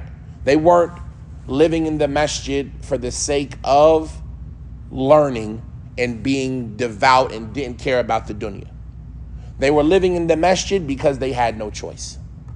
They were poor and impoverished. And that's an important distinction to make, because somebody might try to make it seem like they were being pious and righteous by living in the masjid, but the foundation is you should do what? You should work and get a job, right? But these individuals were in a circumstance, they didn't have families, they didn't have connections, they didn't have ties, people in the community that they could rely on. And so they were considered to be the guest of the Prophet. They stayed in the masjid. Whatever the Prophet got charity, we know the Prophet didn't accept charity. So he would tell the sallallahu alaihi wasallam. So he would tell the people to give it to Ahl Sufa. And whenever he got a gift, he would include them in his gift, because the Prophet would accept gifts, but he would include them in his gifts. Abu Hurairah was the best of Ahl Sufa. Right? He was a companion of the Prophet for 4 years. He said, and I remember I would fall unconscious and start having seizures out of hunger seizures, to the point that people would come and sit on my chest like they're ready to do ruqya over me. They would sit down on my chest and be like, right? It's not that, I'm just hungry. Right? They would sit on his chest ready to do ruqya. It's like, Laysa ladhi tadhun. It's not what you think. I'm just hungry. Right? So he was poor. He had hard times. From the cleverness of Abu Hurairah is that he would sit in the street and ask people questions with the hopes that they would invite him into their home for food. So he says, one day Abu Bakr passed, so I asked him about the tafsir of this ayah, hoping that he would take me with him and go eat. Akhi, what's the tafsir of the statement of Allah? Qul huwa Allahu ahad. He already knows. He might already know it, but I want them to take me with them. He says, but Abu Bakr didn't do it. He didn't catch on to what I was trying to do. He answered my question and kept it moving. He said, and I asked Umar the same thing. He just answered my question, kept it moving. He said, then the Prophet passed and he recognized what I wanted. So he said, come on, Abu Hurairah. Did he ask a question? Yeah. That's the Prophet recognized what he wanted. Until he entered me with him into his home. And they had a container of leban, or a container of milk. The Prophet said, where did you all get this from? They said it was a gift. What would the Prophet do if he had a gift? He would share with who? Ahl al-Suffah. They were about 70. The Prophet ﷺ said, Abu Hurairah called the people of Suffah. Abu Hurairah says, I did not want to call any of them. I wanted to drink from this milk that which would suffice me. And what would this small container do with all of the people of Suffah? But, and this is where they're different. Is that like us? No. You might think like that sometimes. That's like me. I think like that. I want this dunya. I want this. I want that. You see what I'm saying? You never had something where somebody else offered it to somebody else, but you wanted it? And in your heart, you was like, man, I should give that to me. I ain't giving it to everybody. Why everybody get some of it? He wasn't even in the class, right? Somebody gives sadaqah to the students of knowledge. Here goes, like this is the thing that used to happen to us, right? In Medina, people want to do good. So they might go to Sheikh Abdul Muhsin's class or somebody's class and say, every student in your halaqah today, give them 100 riyal, 1,000 riyal from me. And you might be in your head thinking, Father wouldn't even came today if I ain't tell him to come. I need some of that, right? He wouldn't even been, or maybe I didn't go and I told Father to go. Man, you wouldn't even win if I didn't tell you to go. Man, in your heart, you might want some of that. You might connect to the dunya. It happens a lot with us in books. You go to a conference or a dawah or something like that, and somebody gets a book and they didn't hand you the book. You didn't get one. You didn't get a copy. Somebody gets to go in the diwaniyah, right? They get the VIP. They get behind the curtain with the sheikh. Sit right next to the sheikh, ask the sheikh a question, and you just sitting in the front row of the masjid, miskeen. You can't go in the VIP section, right? Your heart starts to what? Man, I can get to do that, man. I ain't shared it with them, man. When he came to Grand Master, he don't even come to Grand Master like that, but he get to go in the back. That's like us. We have that same kind of thought at times. What's the difference? Abu Hurairah said the Prophet told him to call Ashab al-Suffah. He said, I wish that he didn't. I wish he gave it to me. I'm the one in the street asking questions, trying to get invited. They just in the masjid sleep, doing whatever they doing. You invited me to your home. Now you want to call all of them. What's this little milk going to do for all of them anyway? It don't even make no sense. All of us going to drink this little cup of milk? But he said, but there was no option except to obey the Prophet. مَا كَانَ مِنْ طَاعَةِ النَّبِيِّ مِنْ بُدٍّ. There was no option except to obey the Prophet sallallahu alaihi wasallam. That's the difference. All of us as humans have these nature. What made the Sahaba excellent is how they checked that nature with, and there was no choice except to obey the Prophet. He said, so I called Ashab al-Suffah. SubhanAllah. And the Prophet said, Abu Hurairah, give them drink. Not only do I not get none, I'm the one that got to serve them.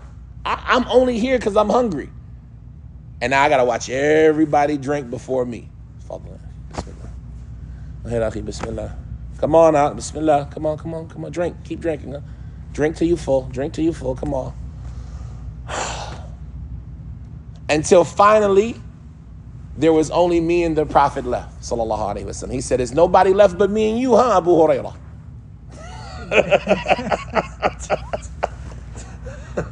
He said, "Drink." And so I drank. And he said, "Drink." And I drank. He said, "Drink." Until I said, "Well, I don't have no room for no more. I'm full now. I don't need any more." And then the Prophet ﷺ drank after that. فَهَذَا مِن مُعْجِزَاتِ النَّبِي ﷺ. This is from the miracles of the Prophet. But it shows you that following the Prophet and obeying him, even when you don't understand it, even if it's against your own desire, does it need a miracle for it to work out? Or let's word it better. Is it going to work out? When you follow the Prophet ﷺ in spite of your own desires, is it going to work out? And that working out, what is it? It's a miracle. Right? You might not perceive it as a miracle. You don't do this action to get this money because it's haram. And you know, no, I got to obey the Prophet, so I'm going to listen to him and not go and get this money this way. And then you get the money a different way. Whether because you got a job, whether because you asked somebody else, whatever means you got that thing, what was that? That was a miracle. Because who gave you that? Allah. Whether you understand the means through which you got provided for or don't, it doesn't make it less amazing. It doesn't make it less miraculous that you got that. You understand what I'm saying? Like a lot of times we tend to look at, well, it's not a miracle unless it's something that I don't understand how it happened. A bird flew down and dropped $100 in my hand. Allahu Akbar, it's a miracle. The fact that you get a paycheck every week is a what? هذا نعمة من الله. Because if it كل أرأيتم إن أصبح ماؤكم غورا, right? Don't you see if your water went underground? Who can bring you fresh water after that? I understand how the water travels, but it doesn't make it less miraculous, the fact that I understand how Allah provides for me. So this was Abu Hurairah. He was a governor for Umar, and then Umar removed him from being a governor. And after that, they requested of him to be a governor in other places after that, but he refused. And he was often left in charge of Medina. He was often left in charge in the governor's absence of Medina. From the scholars of Medina, the fuqaha of Medina, they say that from the people that used to give fatwa in Medina were Abu Hurairah, right? Amongst other Sahaba like Zayd and Abdullah. From the things we forgot to mention about al-A'raj is that he was one of the scholars of Quran. He memorized the Quran from Abu Hurairah. Abu Hurairah is not only is he from the 7 people who narrated the most hadith. He narrated 5,374 according to Baqi ibn Makhlad. 392 are Bukhari and Muslim, 93 in Bukhari, 98 in Muslim, 3,870 in the Musnad of Imam Ahmed. But not only is he the person who narrated the most of the Sahaba, he was also one of the Sahaba who the chains of our Quran go back through, right? There's a certain group of Sahaba that all of the Quran that we have go back through them, and he's one of them. He was one of the Sahaba who was abundant in fatwa. He used to give religious verdicts, like even though he was just a person, he wasn't a judge, he used to give fatwa during the time of the Prophet and after. So Abu Hurairah is on all of these levels. And then al-A'raj, from him learned Nafi', right? The Qadi, the famous Qadi Nafi', he learned from A'raj by memory. Anyway, so these are the people. Abu Hurairah rahimahullah radiyallahu ta'ala anhu, he died shortly after Aisha. Aisha, she died in Ramadan in the year 57 or 58, and Abu Hurairah prayed salat over her, and then shortly after that he died. In the year 57 or 58 Hijrah. So we got the chain. Zayd ibn Aslam and Ata ibn Yasar وأن بصر بن سعيد وأن الأعرج يحدثونه عن أبي هريرة رضي الله تعالى عنه أنه قال قال رسول الله صلى الله عليه وسلم من أدرك. Like this hadith, in spite of how short it seems, it's actually very complicated. And I am okay. But if you all are exhausted, this is the time to stop. Yeah? No, we're good. You good? Oh, no, Hold on. now we gotta use the bathroom too. You got to use the bathroom? Yes. Take a break, use the bathroom. We'll stop for 5 minutes and we'll come back inshallah, huh? طيب بسم الله الحمد لله والصلاة والسلام على رسول الله. So now we know the chain. He says عن أبي هريرة رضي الله تعالى عنه أنه قال قال رسول الله من أدرك. طيب men, everybody knows men, right? Men here is what kind of word? العاقل. Huh? خطاب للعاقل.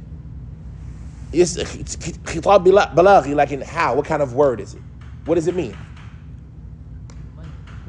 استفهام. Not istifham here, and that's the reason I'm asking. Because men can be istifham. Who is banging? Men yatruq. Who is that, right? You know what I'm saying? That's istifham. But here it's not a question. What does it mean here? Whoever.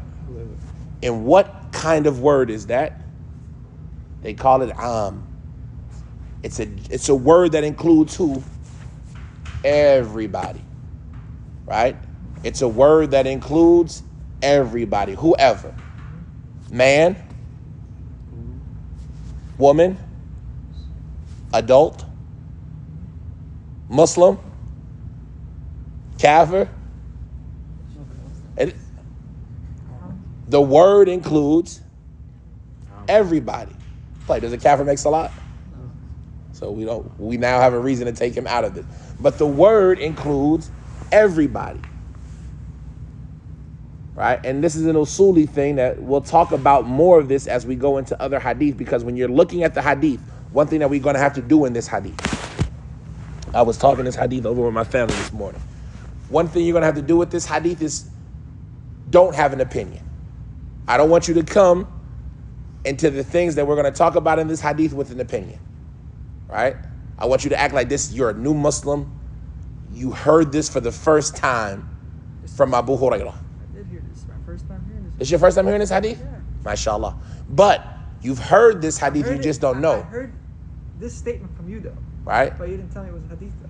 And also, you've also heard opinions about this statement that you already act on, that you don't know that this is the hadith that proves them. So I want you to act like you don't know nothing about Islam. And Abu Hurairah comes to you and says that the Prophet ﷺ said men. Right? So the first thing you think is what?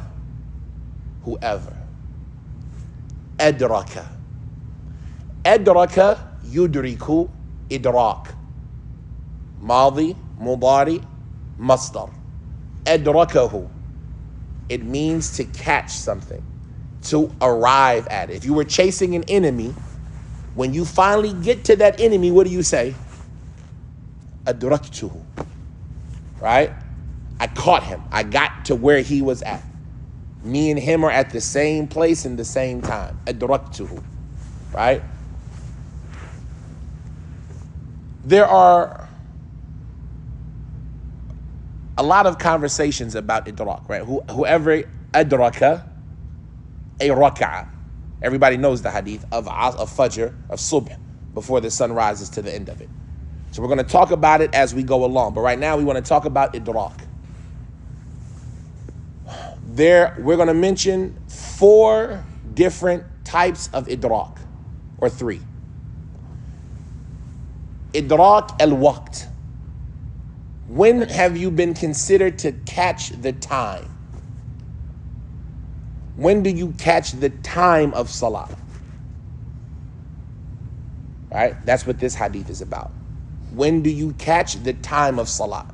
Right now, did I catch Fajr? No. I didn't catch the time. Did I catch Asr? Asr hasn't even come yet. He ain't even ran off yet, so I haven't caught him. Right? Have I caught Dhuhr right now? Yeah. So, at what point is a person considered to have caught the time. That's the first type of catching.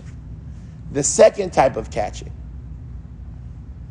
At what point or what makes a person considered to have caught the rak'ah?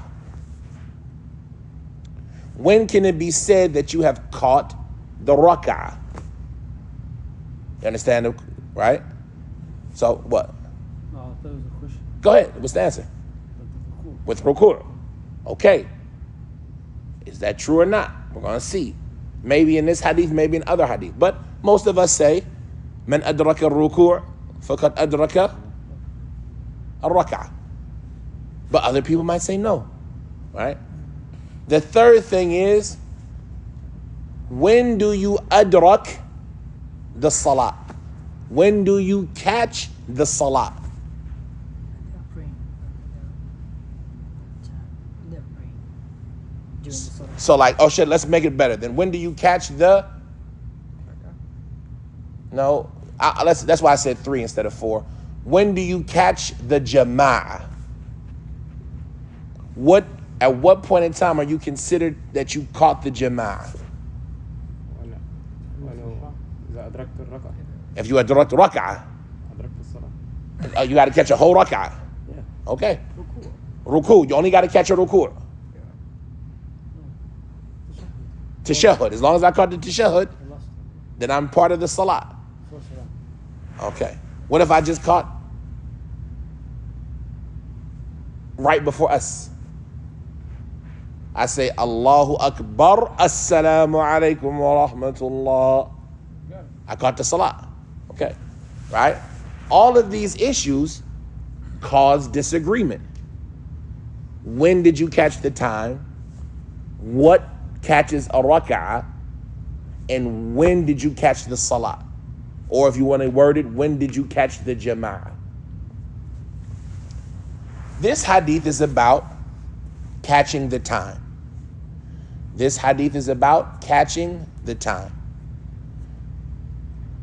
It's important that we qualify it like that, because if you don't know anything, let's listen to what the Prophet said. Whoever catches a rak'ah of subh, then he caught subh. What does that mean?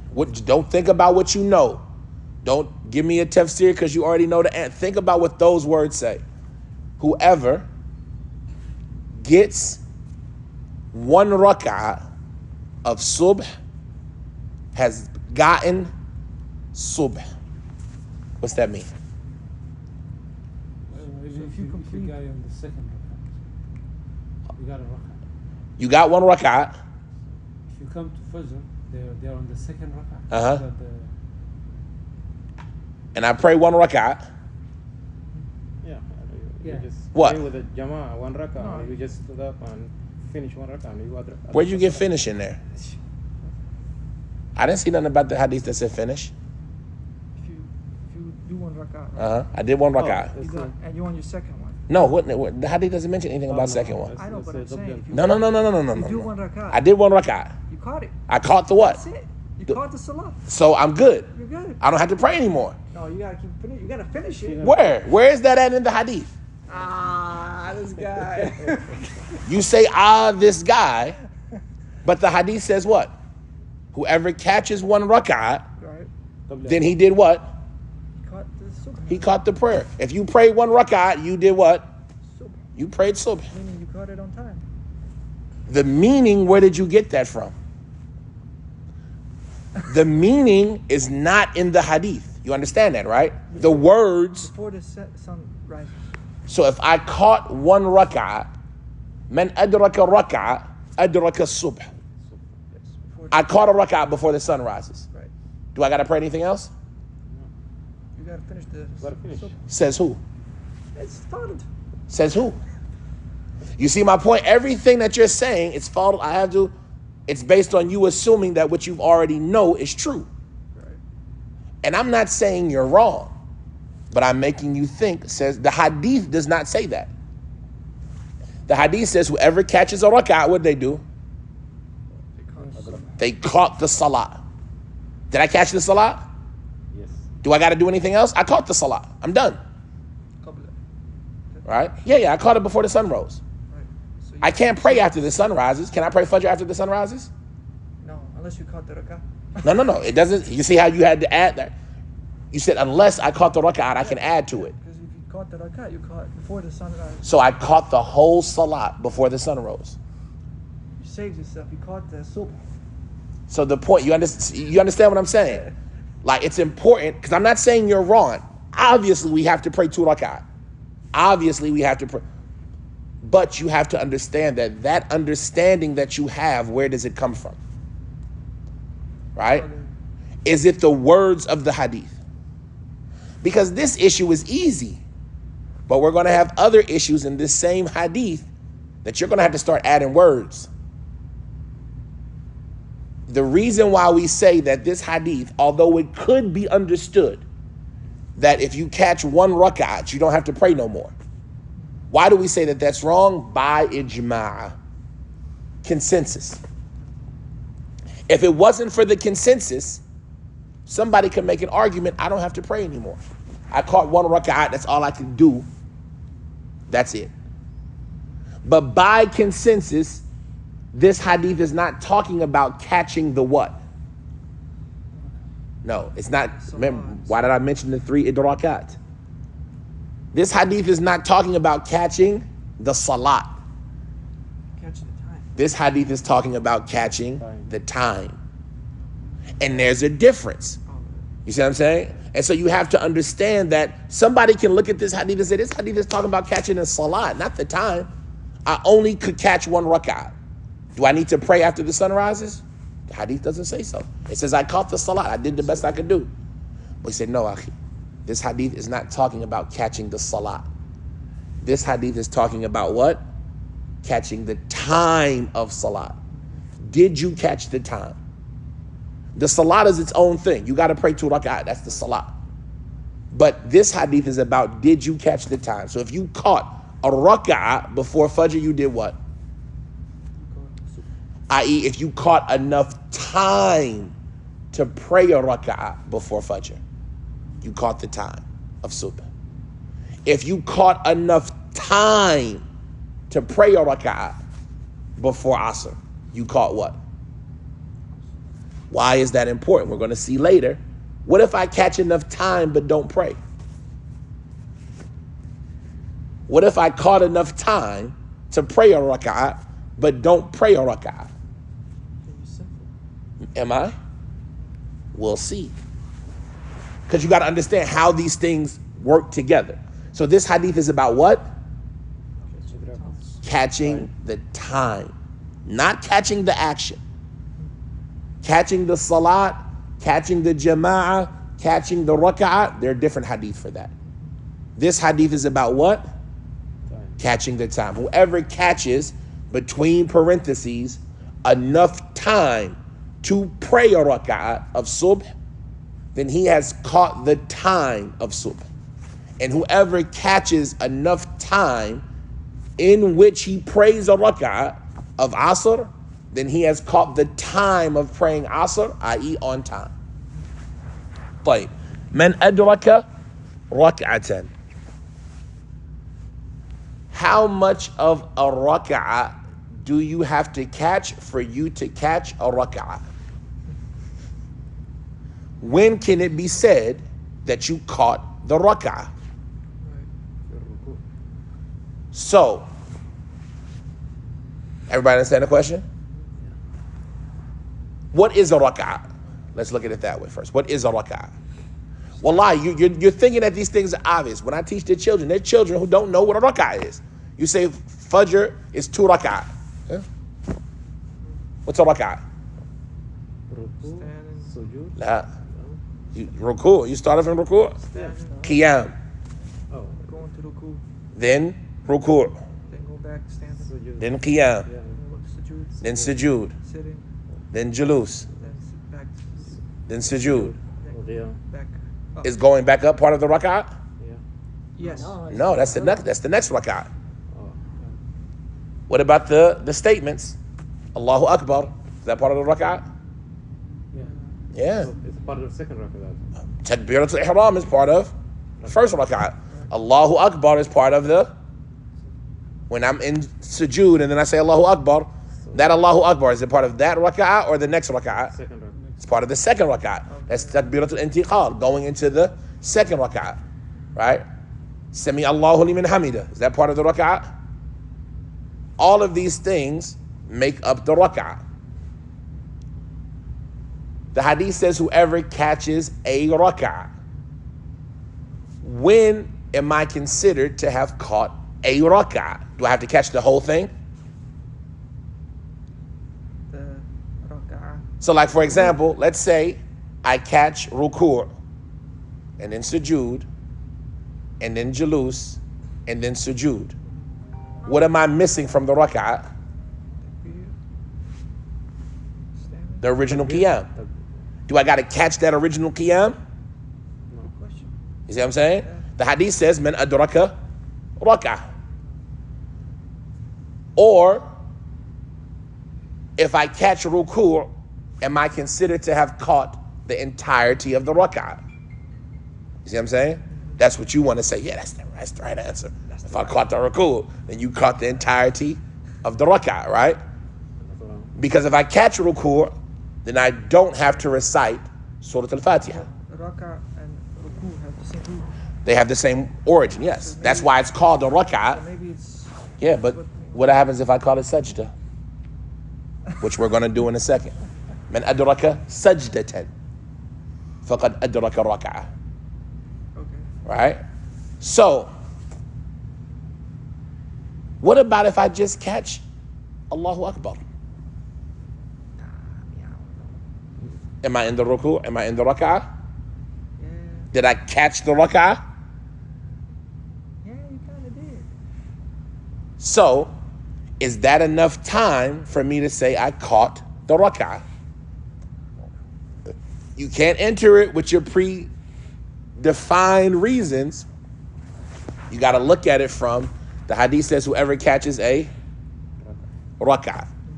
So does he mean a whole raka'ah? Does he mean every part of the raka'ah? Or does he mean any part of the raka'ah? The whole raka'ah, ruku'. If I catch ruku', it's as if I caught the whole raka'ah. Every part of the raka'ah means I got to do everything in the raka'ah before the sun rises. Any part of the raka'ah means I just got to get some part of the raka'ah before the sun rises. Like, you understand? Right. It changes the way you look at the hadith. And all of this, we're still talking about what? The time. Like, من أدرك ركعة قبل أن تطلع الشمس. Before the sun rises, then he has caught the rak'ah. No, yeah, you're right. جزاكم الله خير. فقد أدرك الصبح. ومن أدرك ركعة من العصر قبل أن تغرب الشمس فقد أدرك العصر. Let's talk about what is the time for Fajr and the time for Asr. When does Fajr start? We've talked about this before. When does Fajr start? Crack of the dawn. The thread. al-Fajr al-Mu'tarad, White and black. the long horizontal light in the sky that separates the dark from what's under it, from the light. The true one. The true Fajr. That's the long one is the true one. All right? When does Fajr end? Huh? You sure? Says it like that, right? Some of them, and this is an opinion of Imam Malik, say that Fajr ends when it gets bright, Before it didn't even rise at the sun. before the sun even rises. Why? Because the hadith of Jibril that we went over, we said that in the versions of the hadith that mentioned that the Prophet prayed twice, in Fajr, what was the second time the Prophet prayed? إِذَا أَسْفَرَ وَقَالَ مَا بَيْنَ هَذَيْنِ وَقْتٍ. Right, what's between these two is the time, right? And so, طلوع الفجر ila isfirar or isfar, between the two is the time. That's what some of them say. The Malikiya have an opinion like that. Everybody else, and even the Malikiya themselves, we talked about this last time in the hadith of Zayd ibn Aslam and Ata. Everybody else, they say no, Fajr ends with the sun rising. Once the disk of the sun comes out, then Fajr is over. Right? So we know the time for Fajr. As far as it relates to Asr, then it's inverse, it's the opposite. When does Asr begin? Shadow is. We gotta know when Asr begins. When does Asr begin? That's the point of these hadith. الشمس البيضاء نقية. Okay, that's when we should pray it. When does it begin? That's good. That's taking it from the hadith. Either kana shamsu bayda'u naqiyya. But when does it start? One of the hadith that Imam Malik didn't bring was the detailed hadith of Jibreel. He just brought us anna Rasulullah sallallahu alaihi wasallam, anna Jibreel sallallahu alaihi wasallam, Rasulullah sallallahu alaihi wasallam, Rasulullah. He didn't bring us the details in that hadith. But we need to remember that that hadith has details. Jibreel prayed with the Prophet how many times? Twice. Every day he would pray at a different time. Right? That's why we talked about during that hadith how this was in Mecca after the obligation of Salah. And Jibreel prayed with him twice. He prayed in the early time and the later time. The early time that Jibreel prayed, sallallahu alaihi salatu wasalam, with the Prophet, Asr, was when the shadow of everything had reached the same length of the thing. Whatever the shadow was there before, once that shadow got more to where the more was equal to the thing, that was the end of Dhuhr and the beginning of Asr. Right?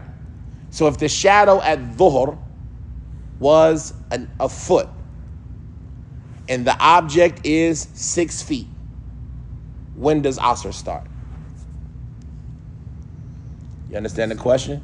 The shadow at the beginning of Dhuhr was a foot.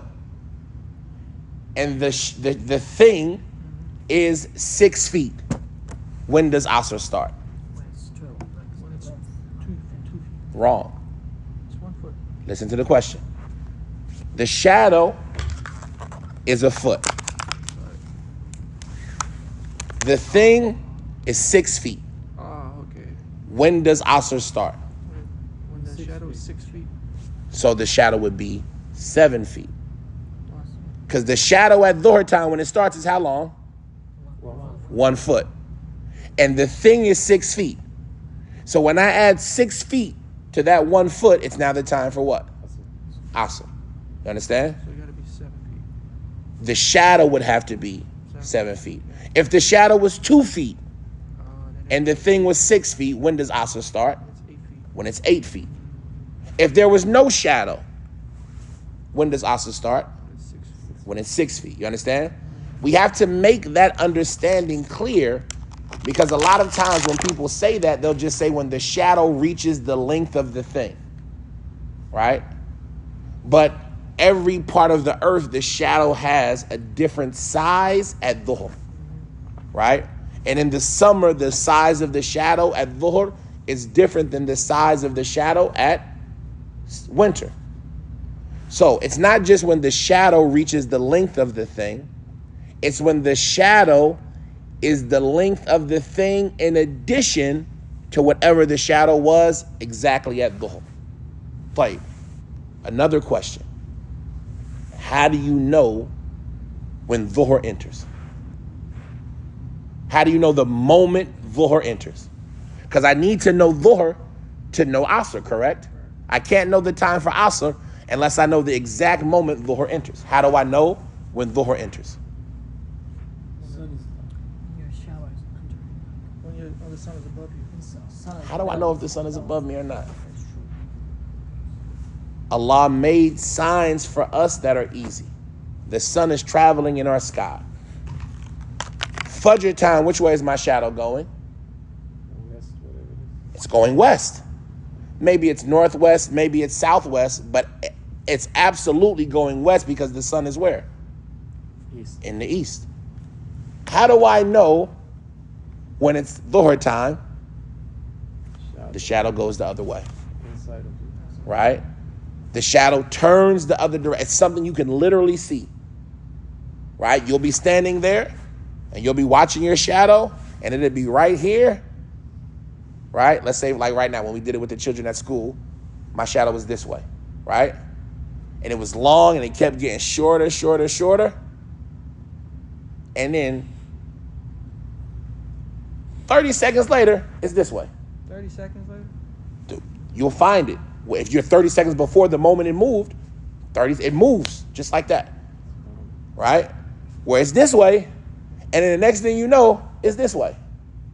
That lets me know it's what? It's time for Dhuhr. It's Dhuhr time. I don't need a watch. I don't need a clock. I don't need any. I just look at my shadow. Boom. It's Dhuhr time. Whatever my shadow is at that time, add me to my shadow, it's Asr. Right? That's clear? So now we know when Asr begins. The Ahnaf, and I don't know, are we going through all of this or no? Are we keeping it basic or are we going into conversations? Go in detail. It's better. Huh? Go in detail. It's good. Like, the Ahnaf, they say no. Well, like, let's finish everybody else first. When does Asr end? Sunset. Asr ends. Let's go back to the Hadith of Jibril Isfirar al-Shams. in the Isfirar al-Shams. Once the sun turns colors, it is no longer Asr. Right? That is the opinion. That is one of the opinions of the Malikiya. That once the sun turns colors, it is no longer Asr. وصل العصر قبل أن والشمس بيضاء نقية قبل أن يدخلها الصفرة. Right? So once the sun gets that yellow, gets that orange, gets that red in it, what do they say? Asr is over. Right? That's one opinion. The second opinion, the Ahnaf, they say, and they have multiple opinions, but Abu Hanifa, he says that Dhuhr ends when the shadow is twice as long. And that's when Asr begins. So Asr for them begins at around the time it ends for everybody else. Not everybody, but around the time it ends for others. Because other people say when the shadow is twice as long, that's what? That's the end of Asr. Because that's the time when the sun turns yellow, orange. When the shadow gets twice as long, that's usually around the time it turns yellow and orange. So the Ahnaf, they have an opinion that the Salat that the Salat begins when that ends. Like, another opinion of the Ahnaf, they say Dhuhr ends when the shadow is one time.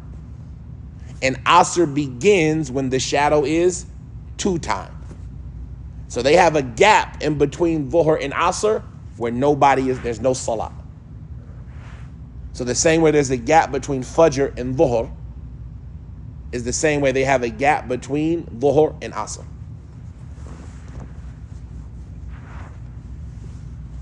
The other scholars, the Malikiya, the Malikiya, they say no. There's a time when you can pray Dhuhr on time and Asr on time at the same time. Because when does Dhuhr end for them? When the shadow is one time. When does Asr begin for them? No, when the shadow is one time. When does it begin? When does Dhuhr begin? When does Dhuhr end? When the shadow is one time. When does Asr begin? When the shadow is one time. That's when it begins. They're both the same time, right? So I can pray Dhuhr on time and Asr on time at the same time. You understand? The Shafi'iyya, the Hanabila, they say no.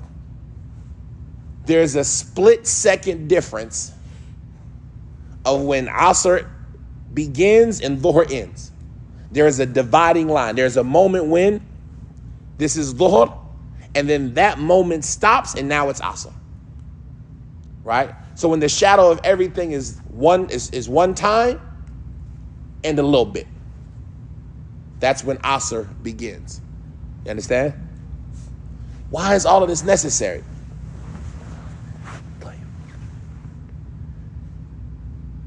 It's not necessary for you. Because what are you going to do when it comes time to pray Asr? I'm going to pray Asr when the sun is Bayda'un Naqiyya. That's what I'm going to do, right? Because that's what who did? That's what the Prophet did. Sallallahu Alaihi Wasallam. None of this is necessary to me because I am going to worship Allah according to the text. I'm just going to pray it when I know it's time. So who is this stuff important to? If you forget, who else? A woman. A woman, why? What's the difference between me and a woman? It's period. A woman on her period. They call them ashab al-dururat, the people who have excuses. The people who, akhi, take a sutra. Come closer to the wall. That way nobody walks in front of you. I mean, why, yeah. They're called ashab al-dururat, the people who have excuses that they couldn't pray, but now they can. Before we go into that, let's see, is there anything else I wanted to talk about before that? Because that's what this hadith is really for. Also, the traveler. The traveler, yeah, that's one of the people of excuses. They couldn't pray, or they didn't have to pray, and now they do. Right? Ashab al-dururat. We'll talk about this real quick. Ashab al-dururat. The woman who comes off of her period. The insane person who gains sanity. The child who grows up. The kafir who becomes a Muslim. And the unconscious who gains consciousness. Ashab al-dururat. These are people that in the earlier state didn't have to pray at that moment. And then once they changed, they now have to pray. When the woman was on her period, did she have to pray? And then she came off. The insane person, did he have to pray? And then he got sanity. The kafir, did he have to pray? And then he became a Muslim. The child, did he have to pray? And then they grew up. And it's going to make a difference. Right? What happens if they grow up in the middle of salat? What happens if they go on their period in the middle of salat? Right? The person who was unconscious and then they got consciousness, they had to pray. What if it was sleep? What if it was a coma? Are there differences in all of this? All of these things are connected to this hadith. Right? This hadith, because it's about the what? It's about the time. And so all of these different salat enter into the time. And so it's a lot of conversation. That's why I said this hadith is hard. This hadith is complicated in all of the things that it proves. So we know when Fajr begins, Fajr ends. We know when Asr begins, Asr ends. There's another opinion about when Fajr and Asr end. And it's when the sun rises and the sun sets. Where is the proof of that? It's this hadith. So now we have all of these different opinions about the time. We have all of these different opinions about the time. How do we put them all together? The way the scholars put them together is that some of them, they say that there are two types of time. There is the time where you choose to pray, and there is the time when you have to pray. Waqtul ikhtiyar wa waqt al-iftirar.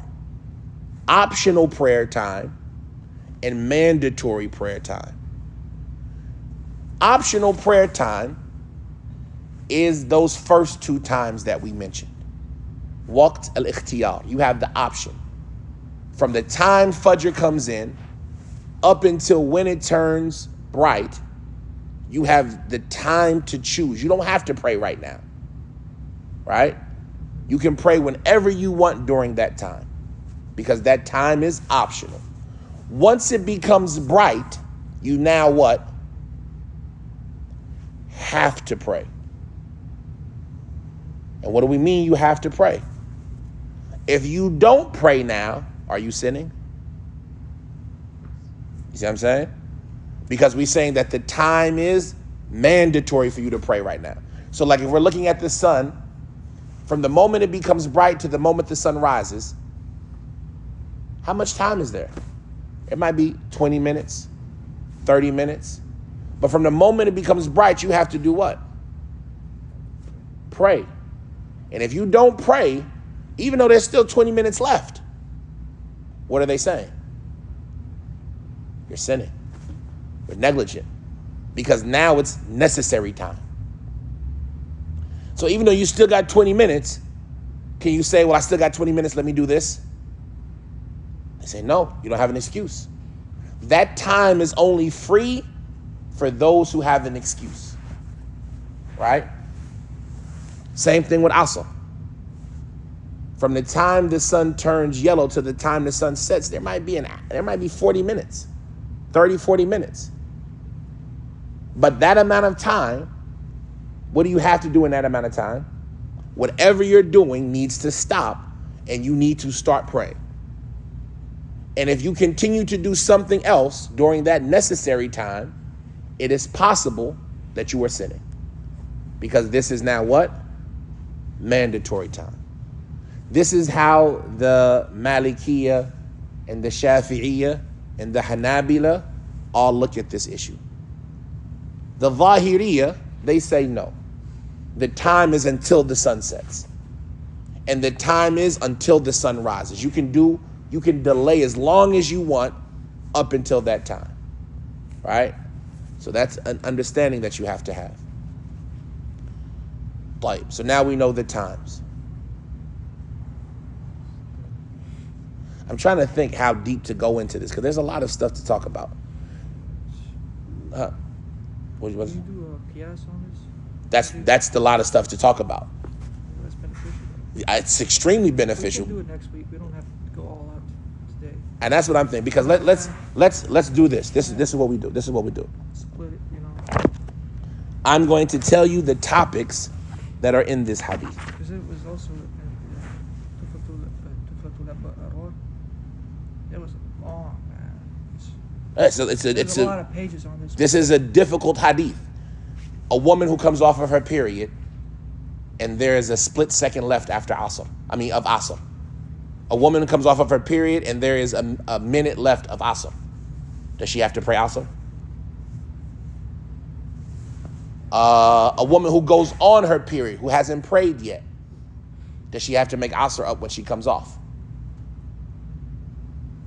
A person who's unconscious, when they are unconscious, how long do they have to be unconscious? And when they wake up, how much of the time do they have to catch?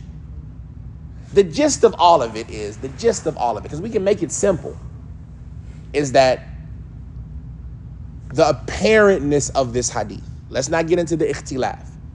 The apparentness of this hadith is, if you do not catch enough time to pray a rak'ah, then you did not catch the time. And so if you did not catch enough time to pray a rak'ah, then you don't have to do anything. What does that mean? A woman is on her period, and she comes off of her period, and there are 45 seconds left, right? This is being difficult, right? Is that enough time to pray a rak'ah? Real quick. No, it's not enough time to pray a rak'ah, because one of the conditions of a rak'ah is what? Al-itminaan, al-khushu'. You can't pray a 45-second rak'ah. Recite Fatiha. It's hard, but It's not hard. It's impossible. Right? Recite Fatiha correctly. Go. Why is that too fast?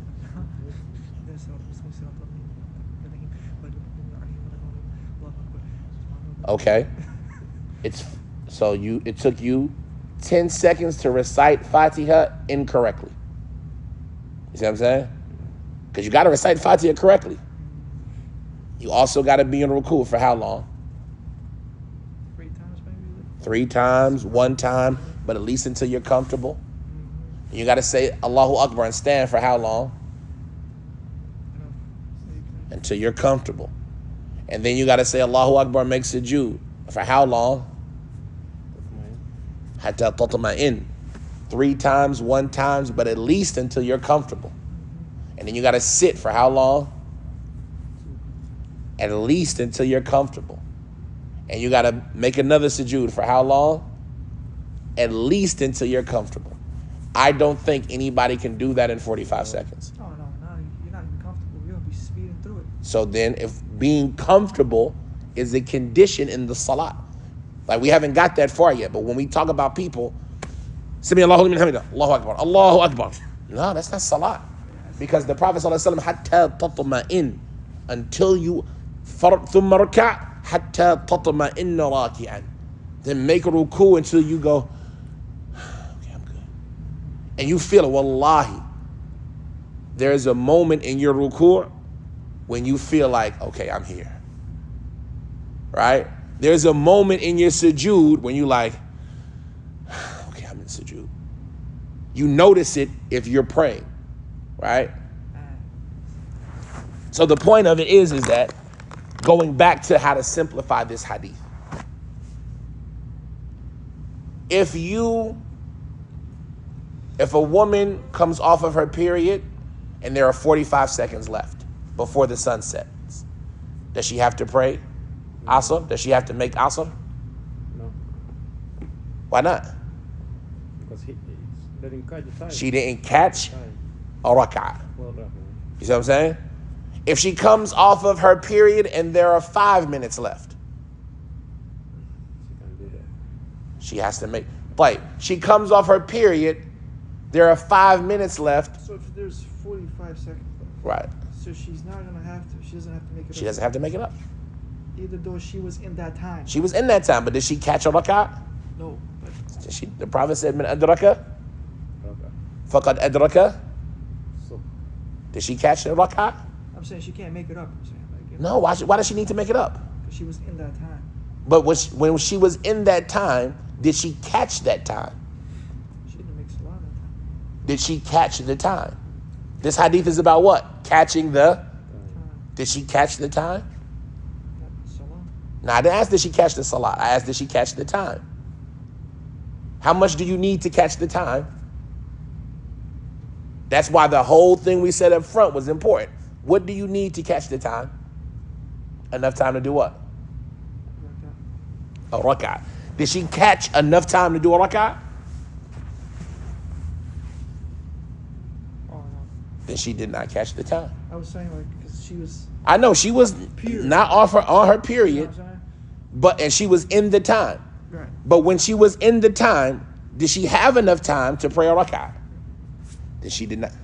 Then she's good. Unless you're a Shafi'i and you say you don't have to catch a whole rak'ah, you only need to catch a piece of it. Remember we talked about how much catches you a rak'ah? Shafi'i says, no, you only need a piece of it. Allahu Akbar. So if Allahu Akbar, if you catch Allahu Akbar, you got to pray. Malik, la. She don't have enough time. She came off, it was only a minute left. You think she's going to pray in a minute? More than that.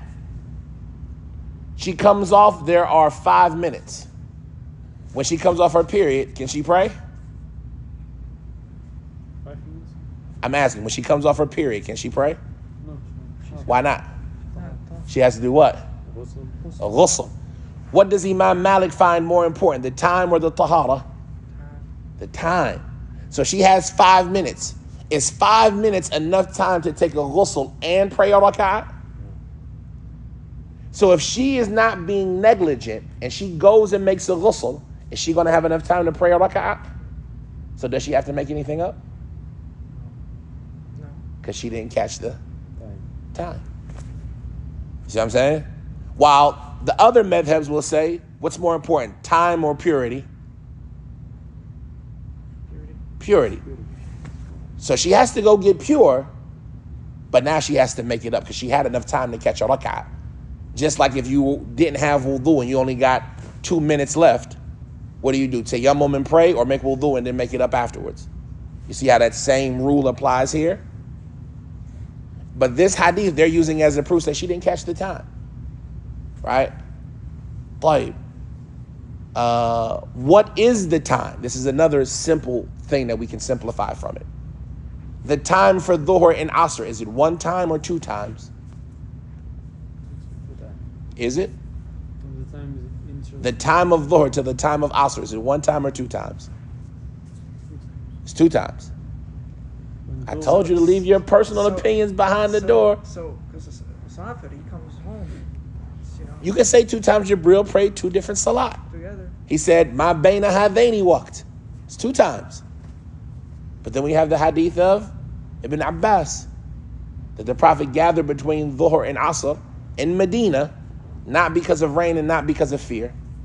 Why? To not make things hard on the ummah. How many times is it? 1 time. And you know, the Malikis, they already told you, they said dhuhr and asr, there's a time when they share. And not only do they share, these are where these things become important. Like I said, our goal, we're not going to talk about, we're not coming back to this hadith next week. We can personally, but right, it's a lot. A woman comes off of her period, 5 minutes left in asr. What does she have to pray? Awesome. She has to pray asr. You gotta make a look, right? Does she have to make dhuhr? No. How many of you are married or have mothers or daughters? Ask them what they do. And by this, you'll know what madhab they're on. Right? A lot of the madhabs, even Shafi'i, who says there's a distinct time between, there are 2 times, they're not 1. Malik says no, they're 1 time.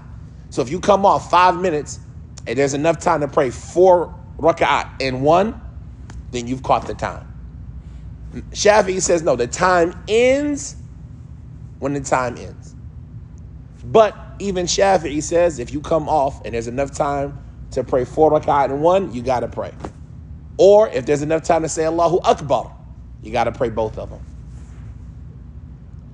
So for Shafi'i, you come on, you say Allahu Akbar, you got to pray both of them. Right? Because you caught the time to him. Because the time to him, the rak'at that you have to catch, is any part of it. Enough time to say Subhanallah, you got to pray. So that's about the woman who comes off of her period. Does she have to pray both salat, just one of the salat? Does it matter if she only comes off right before? Does it matter if she, same thing about Fajr. If she comes off of her period 10 minutes before Fajr or 5 minutes before Fajr, what does she have to pray? 10 minutes before Fajr. Oh, Isha. Isha. What about Maghrib? It's gone. They add Maghrib to Isha, the Malikis. They say Maghrib and Isha has 1 time.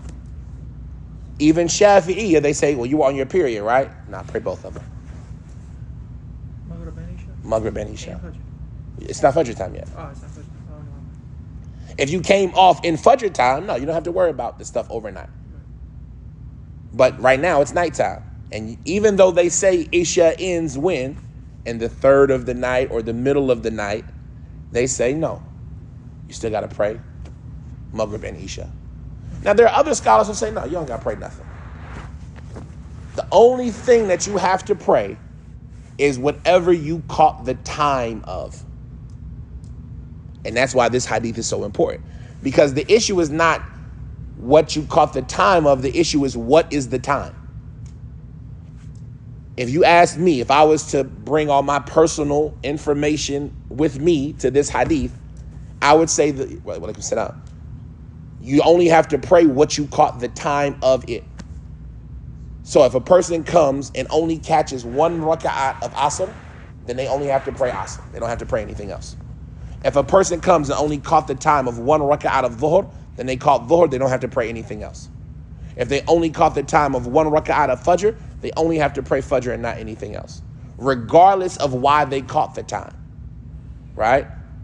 A traveler who comes back home, what does he pray when he gets back home? 4 or 2? Why? He's not traveling. Already home. He's home, but how much time did he catch? What if he comes back home and only caught enough time for a rak'ah? What if he comes back home and didn't catch enough time for a rak'ah? Now you can't say he caught the time at home. So does he pray too? A person who is at home and is about to travel, and then the time comes in and then he leaves, what does he pray? 2 or 4. I'm at home. Allahu Akbar, Allahu Akbar. Okay, y'all, let's go. Come on, we gotta get ready to go. 20 minutes later, we leave. We haven't prayed yet. What do we pray? While we're traveling. But you caught a rak'ah at home. Yeah, but I'm traveling though. But you should have, okay, you like that one, right? I'm traveling now, right? A woman who hears the adhan, has enough time to pray, doesn't pray, and then goes on her period. What does she do when she comes off? She has to make She has to what? up Why? because she already got time. Because she caught the time? That's Yeah, beautiful. she got time. So according to the traveler scenario, okay. But let me ask you a question. When she didn't pray, was she sinning? She was sinning. No. No, I'm asking, when she didn't pray at the early time, she heard the adhan, she heard azan. and she said, I'm not going to pray until 30 minutes. I'm going to wait. I got to get back home. I got to make dinner. My husband's about to get off of work soon. Oh, she wasn't sinning. Yeah, She wasn't sinning. because she had enough time. She was stirring the pot, and she felt something run down her leg. What is this? Astaghfirullah, now I'm bleeding. So The whole time, she had the intention to do what? pray. But she didn't. Was she sinning when she didn't pray? But she has enough time. She doesn't. She had enough time. Now she's bleeding. When she comes off of her period, what does she need to do? Take it up. Why? She was here. She was pure, She got time. but She got time. she caught the time, She has to make up. but did she catch the necessary time? Yes. اختلاف حسب الاختلاف. You see the point of how, like, this hadith, the only way to really understand this hadith would be to go through each of these things individually and talk about it, right? This hadith is a difficult, because when is the necessary time to pray Asr? The sun is young. No. Why? That's the waqt, that's, okay, translation. That is what they call waqtul iftira. But what time does Asr become wajib? Like right now, they call the adhan. From the moment they say Allah, is Asr wajib? No, It's not wajib? I don't have to pray Asr? that's not what I meant. So what do you mean? What you meant? From the moment they say Allahu Akbar, do I have to pray Do I have to pray Asr? It's optional. Not right You wanna now. pray or, So it's optional. yeah. Okay, when does it become wajib? When it's When the sun is when the sun is close to setting. time It's about to running. set. When there's only enough time to pray a rak'ah. Right. If that's the case, the woman who came on her period in the middle of the time, was it obligatory upon her? Yeah. It was at that moment. No, it wasn't. She comes on her period at 5:50. Asr leaves at 7:04. See what I'm saying?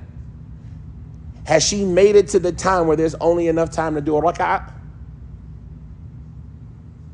Has she made it to that moment where there's only enough time to do a rak'ah? No.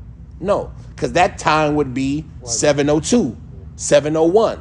It's 5:45. She hasn't got to the time where Asr is wajib. She's gotten to the time where Asr is optional.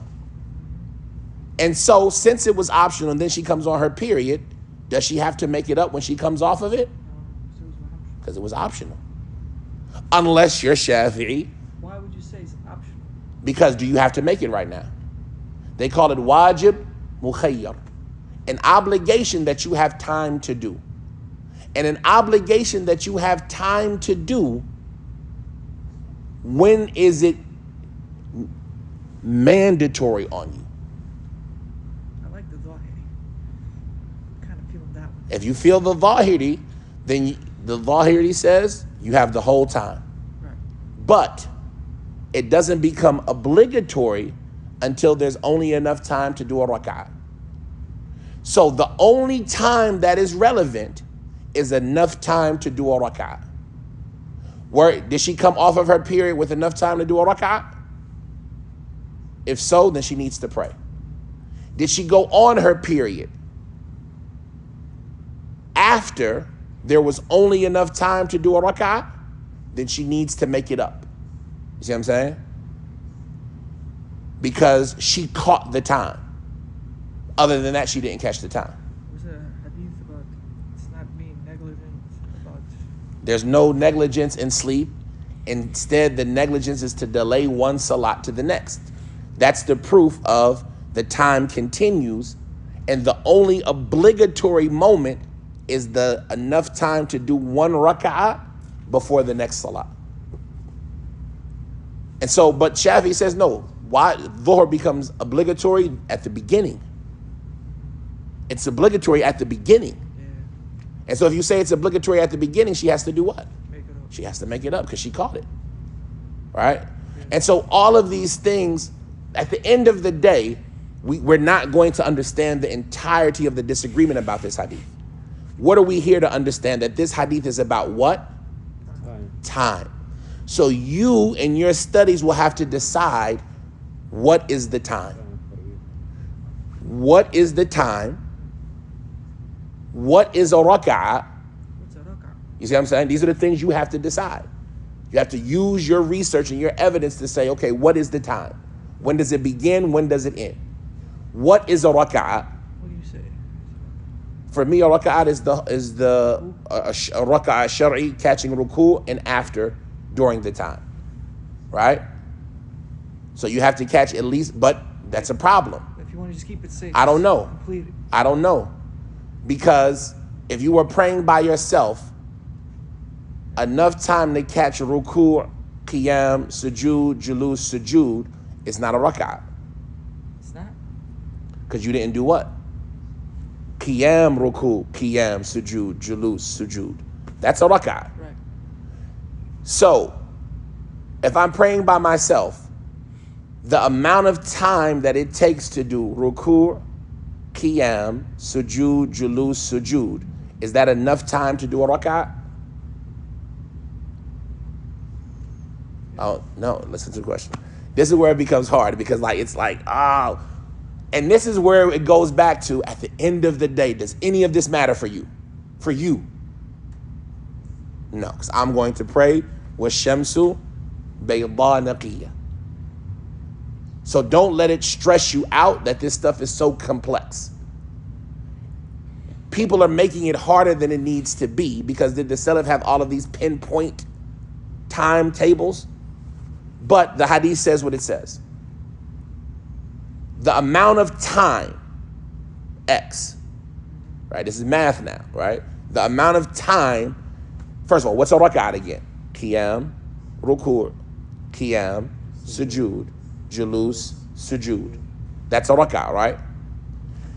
The amount of time it takes you by yourself to do ruku'. Where did I start? Ruku', qiyam, sujood, julus, sujood. Is that enough time for you to do a rak'ah? The answer is no. Because you didn't do qiyam. You see what I'm saying? So, I don't know. The question that I'm asking, what constitutes catching a rak'ah to me? I don't know. You see what I'm saying? Because that amount of time to catch a ruku' and everything after is not enough time for me to do a rak'ah. Hypothetically. But when you pray with your imam, does everybody pray the same length, the same way? So it's not that precise. You see what I'm saying?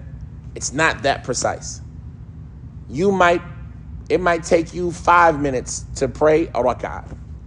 where I could pray the same rak'ah in 3. You see what I'm saying? So if I'm praying behind you, catching a ruku is enough for me, right? But if I'm praying by myself, the amount of time that it takes me to do ruku is not enough. See what I'm saying? And You can always shorten it, all right? Are you talking about the shortest way you can do it? that's where we're talking about the hypothetical, the shortest amount of time. You see what I'm saying? And so Because sometimes you wake up late, maybe. that's who this. Sun is close to rising. That's one of the points of this hadith. Who is this hadith for? Time. Who is not what is it about? Who is it for? Person, woman is... The person who has the excuse. This hadith is not for the person on purpose. You see what I'm saying? This hadith is not for the person on purpose. Because the person on purpose, how do most of them see the person on purpose who does this? Sinner, munafiq. There's a hadith that says that is the salat of the munafiqeen. That they wait till the end of the time and then they pray and they don't remember Allah except a little. How the hadith. Tilkum salatul munafiqeen. That's the salat of the munafiq. So, this hadith isn't for on purpose. That's why it doesn't matter for you. You see what I'm saying? Because what am I going to do? I'm going to pray on time. I'm going to pray in the beginning or early on with Shamsul Bayda Naqiyya. I'm not going to have to worry about this. But for my wife when she comes off of her period, for my child who grows up in the middle of salat. I asked my wife this question. How does somebody come on their period in the middle of salat? How do you know? Start feeling wet. Exactly. I didn't think about that until I thought about it. Right nowadays, we have drawers. We have pants, right? Women a lot of times might even wear a panty liner where they just keep it in their underwear, something that catches the moisture that comes out. So they might come on their period in the middle of the salat and not know. But in the past, what did they wear? They didn't wear all of that. So you might be in the middle of salat and you feel something trickle down your leg, right? You expect, oh, I'm bleeding now. What do you have to do? Stop salat. You got to stop salat. Play. When you come off of your period, what do? You got to make it up. Why?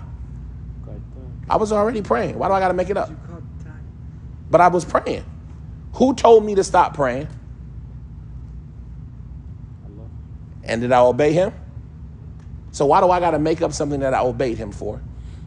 Second of all, where's your proof that I can make up ibadah? Touche. Yeah. Where's your proof that I can make up an ibadah that I was supposed to do right now? What's an ibadah that I can make up? So, where's your proof that I can make up so? The ayah. Allah says, فَعِدَّةٌ مِّنْ أَيَّامٍ الْأُخْرَى. طيب, is that every ibadah? Can I make up every ibadah? Hajj. Can I make up Hajj? Yeah, that's good. You got it. Can I make the day of Arafat the next day? Oh, no. I can't make it up. There's no way to make up that act of worship because it was supposed to be now and I didn't do it now. Yeah, so she doesn't have to make it up. Play. Where's your proof that I have to make up salat? Is there a proof that I have to ever make up salat? Oh, what did the Prophet say?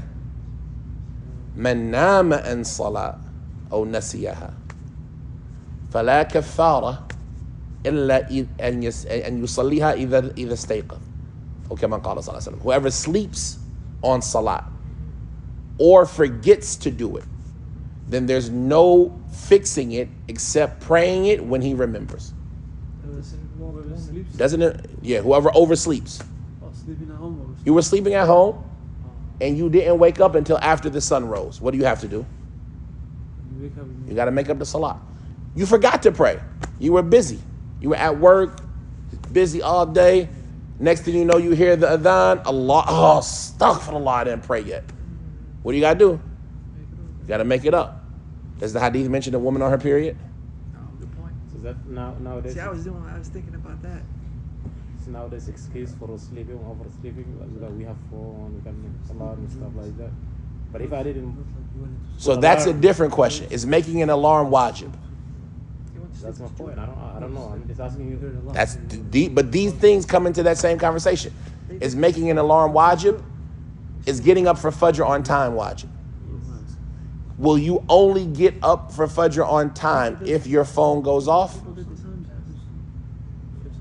Then yes, setting an alarm is wajib. You see what I'm saying? Because what you can't do, the wajib that you can't do unless you do this, then this is wajib. Okay, so if I can wake up by myself, I don't need alarm. No. So I don't have to. Setting the alarm isn't wajib. But there's also another question about that. So that's one opinion, right? Based on the principle, ma la yatimul wajibu illa bihi fahuwa wajib. Whatever you can't do unless you, whatever wajib you can't do unless you do it, then it is wajib. But other people say no, because did the Prophet ﷺ ever, there's a hadith of an individual named Safwan, from the Sahaba. I forget, I always want to say Safwan ibn Asad, but it's not Safwan. Safwan ibn Mu'attal. Safwan ibn Mu'attal from the Sahaba. He had a wife, and his wife complained to the Prophet ﷺ. She complained to the Prophet. She said, Safwan doesn't let me pray, and when I fast, he beats me. I'm sorry. She said that, Safwan doesn't let me pray, or if I pray, he beats me, and he doesn't let me fast, and he never prays Fajr on time. He always prays Fajr after the sun rises.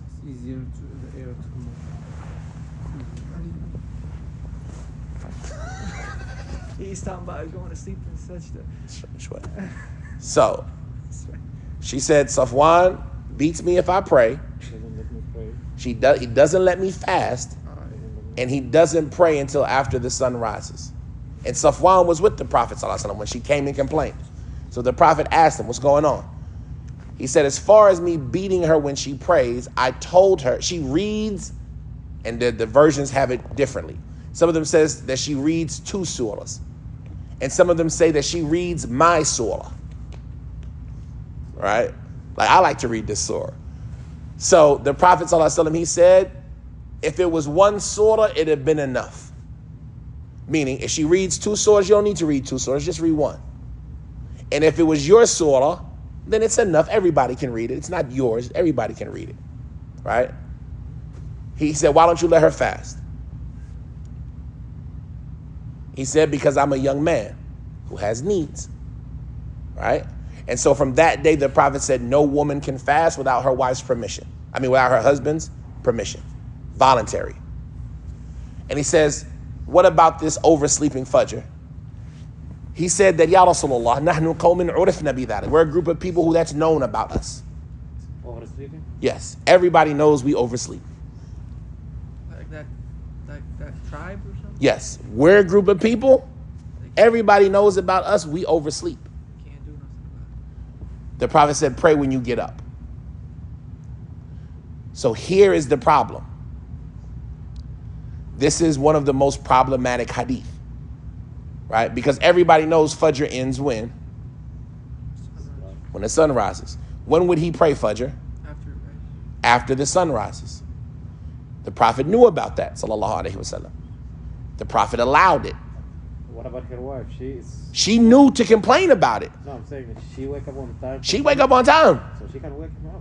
but she didn't. Why she waking up? She didn't. She's not sinning? Is she? Oh. Did the Prophet complain anything to her? Did the Prophet tell her, why don't you wake him up? Why don't you get him up? This is your fault. Is it sahih? Yes. You see what I'm saying? The Prophet didn't say anything like that. Did the Prophet ﷺ tell this man, well, you need to hire somebody to awake you? Did he tell the wife when you're getting up? She knew to complain. So nobody can come and say, well, you got time to pray. You can pray Fajr after the sunrise. Because we know by consensus Fajr ends when sun rises. Maybe it would have been more problematic for her if she woke him up. Maybe. She would have probably, he would have probably. He was already beating her for reading the surah. So Radiyallahu anhu. So if you waking him up for that.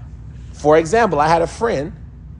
So we used to hustle at night in Philly, right? Sell oils and stuff like that. and we would hustle all night. And unfortunately, during this stage, sometimes you would come back and that 5-10 minutes before Fajr, you fall asleep. Before Fajr comes in? Yes. That 5-10 minutes before Fajr, you fall asleep. It is very hard to get up on time. That's why the sunnah is to do what? Go to sleep after Isha. He tried to wake me up. My statement to him was, Ak, I have a gun, I'll shoot you. I'm asleep. I'm a Muslim. I just threatened to kill a Muslim because of what? You waking up? Because I'm exhausted from sleep. You see what I'm saying? Maybe that's the case. Now, does that make it okay if I would have killed him? No. Do I really think I would have did that? No. Is that okay to say for me? No, but I'm half asleep. You see what I'm saying? Is that Hamza? No, it wasn't Hamza. It was Abdul Latif. So the point of it is that, like, you have to look at it like, the point of it is, did the Prophet tell him to take an alarm? Did the Prophet command the wife to wake him up? What did the Prophet tell him? When you wake up. When you pray, wake up. When you wake up, pray. When he came to Fatima and Ali and found them sleeping, what did Ali say? Fadda. He said, why y'all still asleep? You gonna call? Oh, yeah. He said, why y'all still asleep? What did they say? Arwahuna indallah. When we're asleep, who has our soul? Allah. He give it back when he want. Right? So if you oversleep, Allahu Akbar, Allahu Akbar, Allah. Wa alaykum salam. Allahu Akbar, Allahu Akbar. Ashhadu an la ilaha illallah. Ashhadu an la ilaha illallah.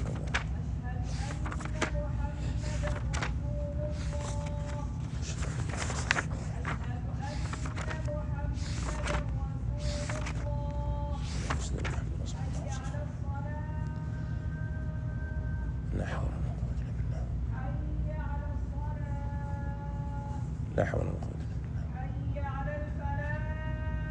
لا حول ولا قوة إلا بالله.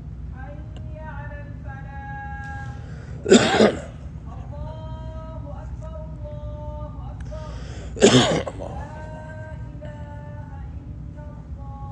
لا إله إلا الله وحده لا شريك له.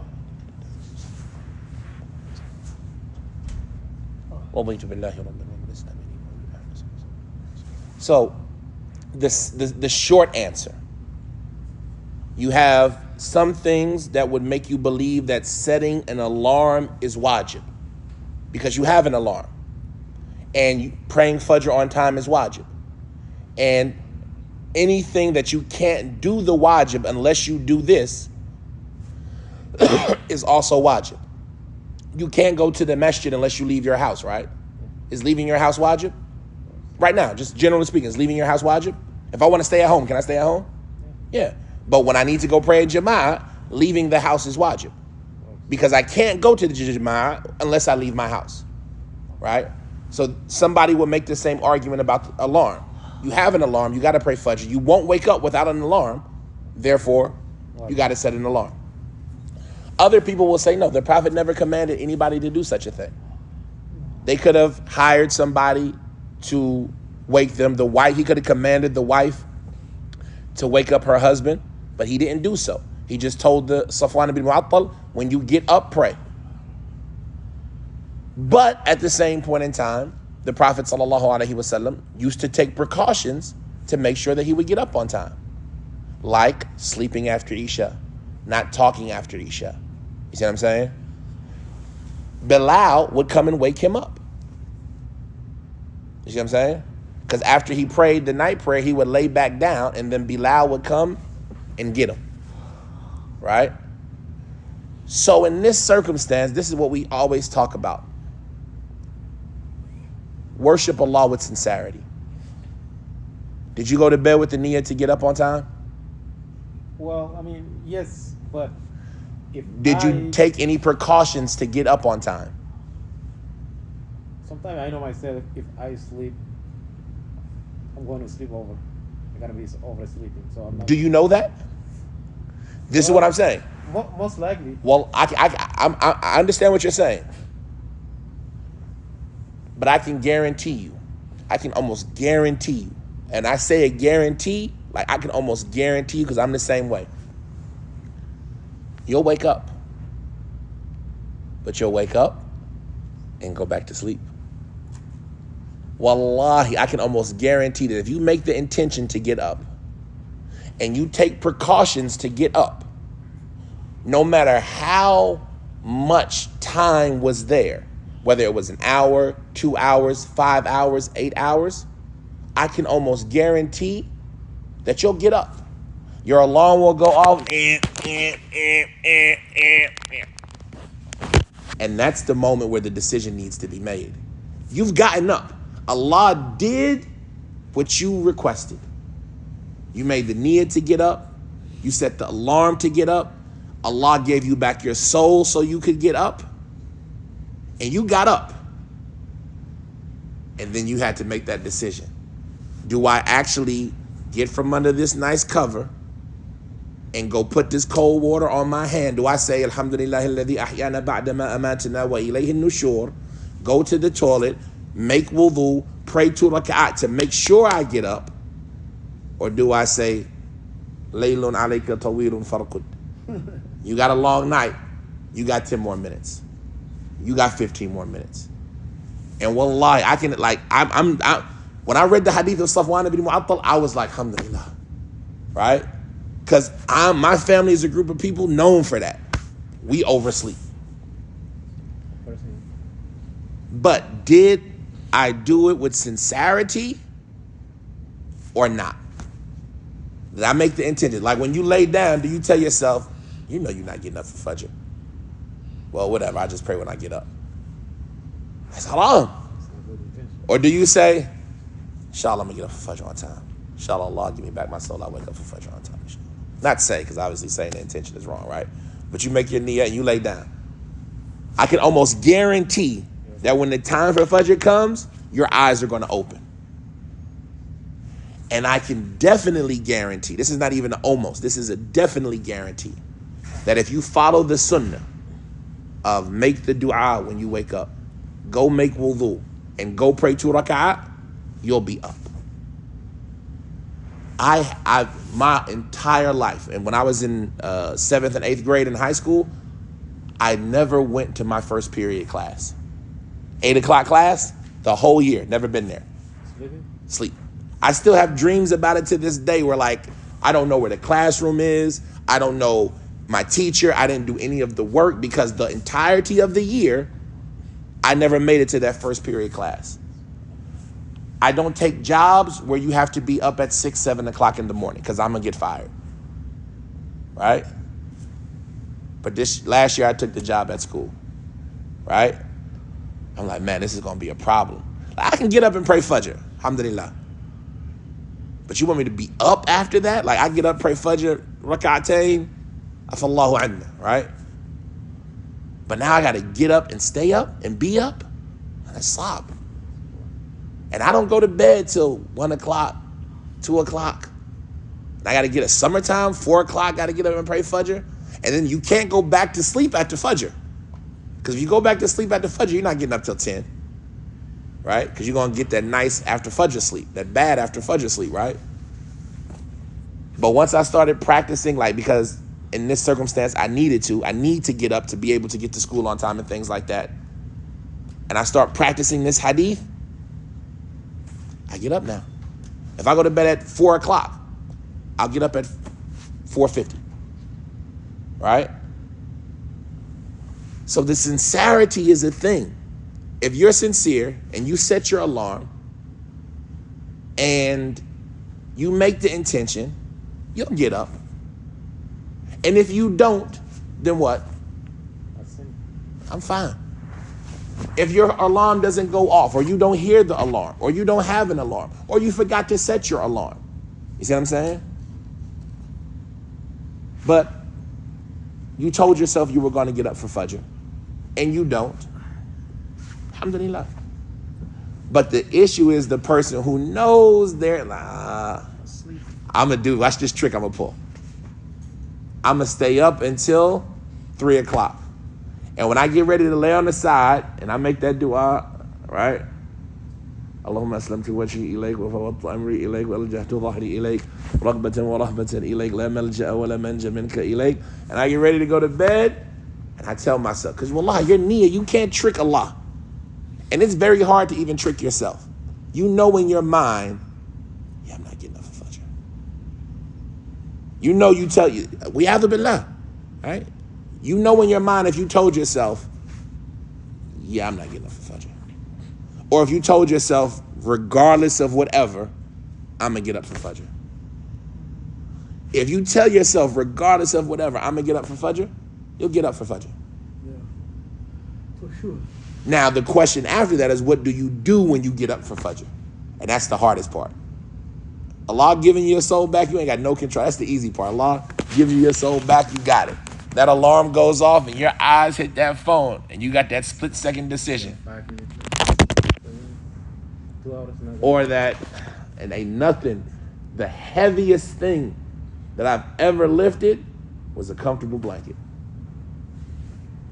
Huh?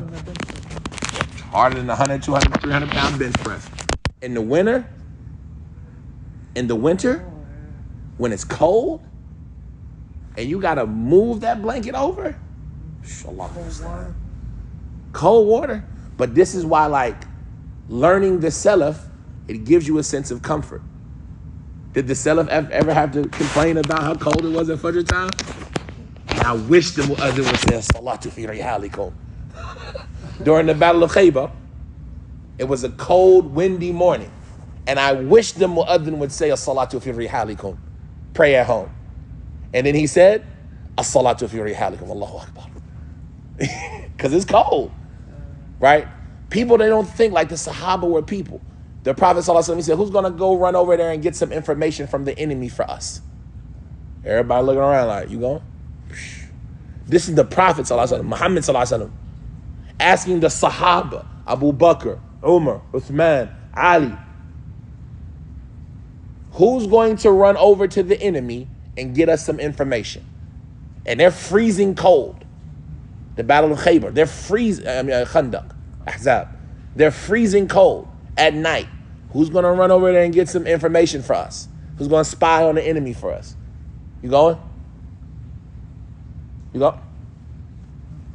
3 times. Who's going to go and do it? Nobody answers. 3 times. Hudayfa.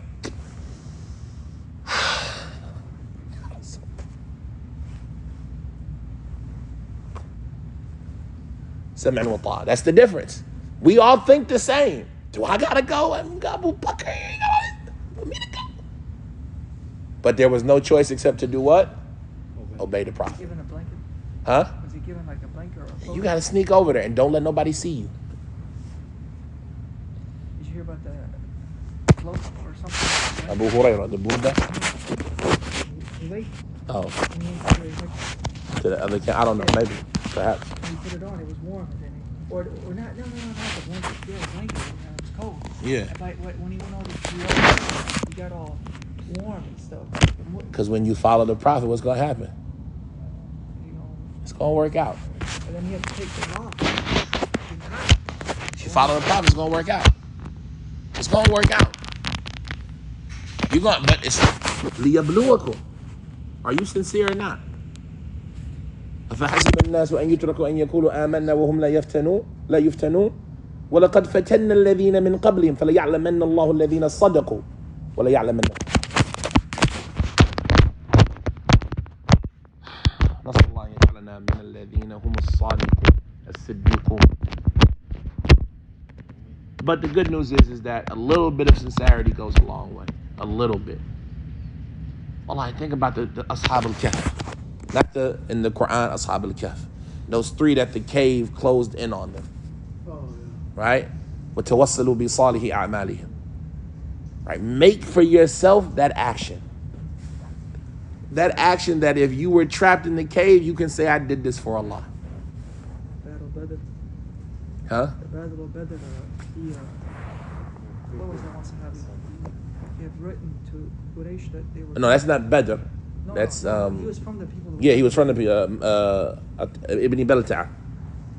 Is it Attab ibn Balta'a? But he did that action in Badr. Yeah.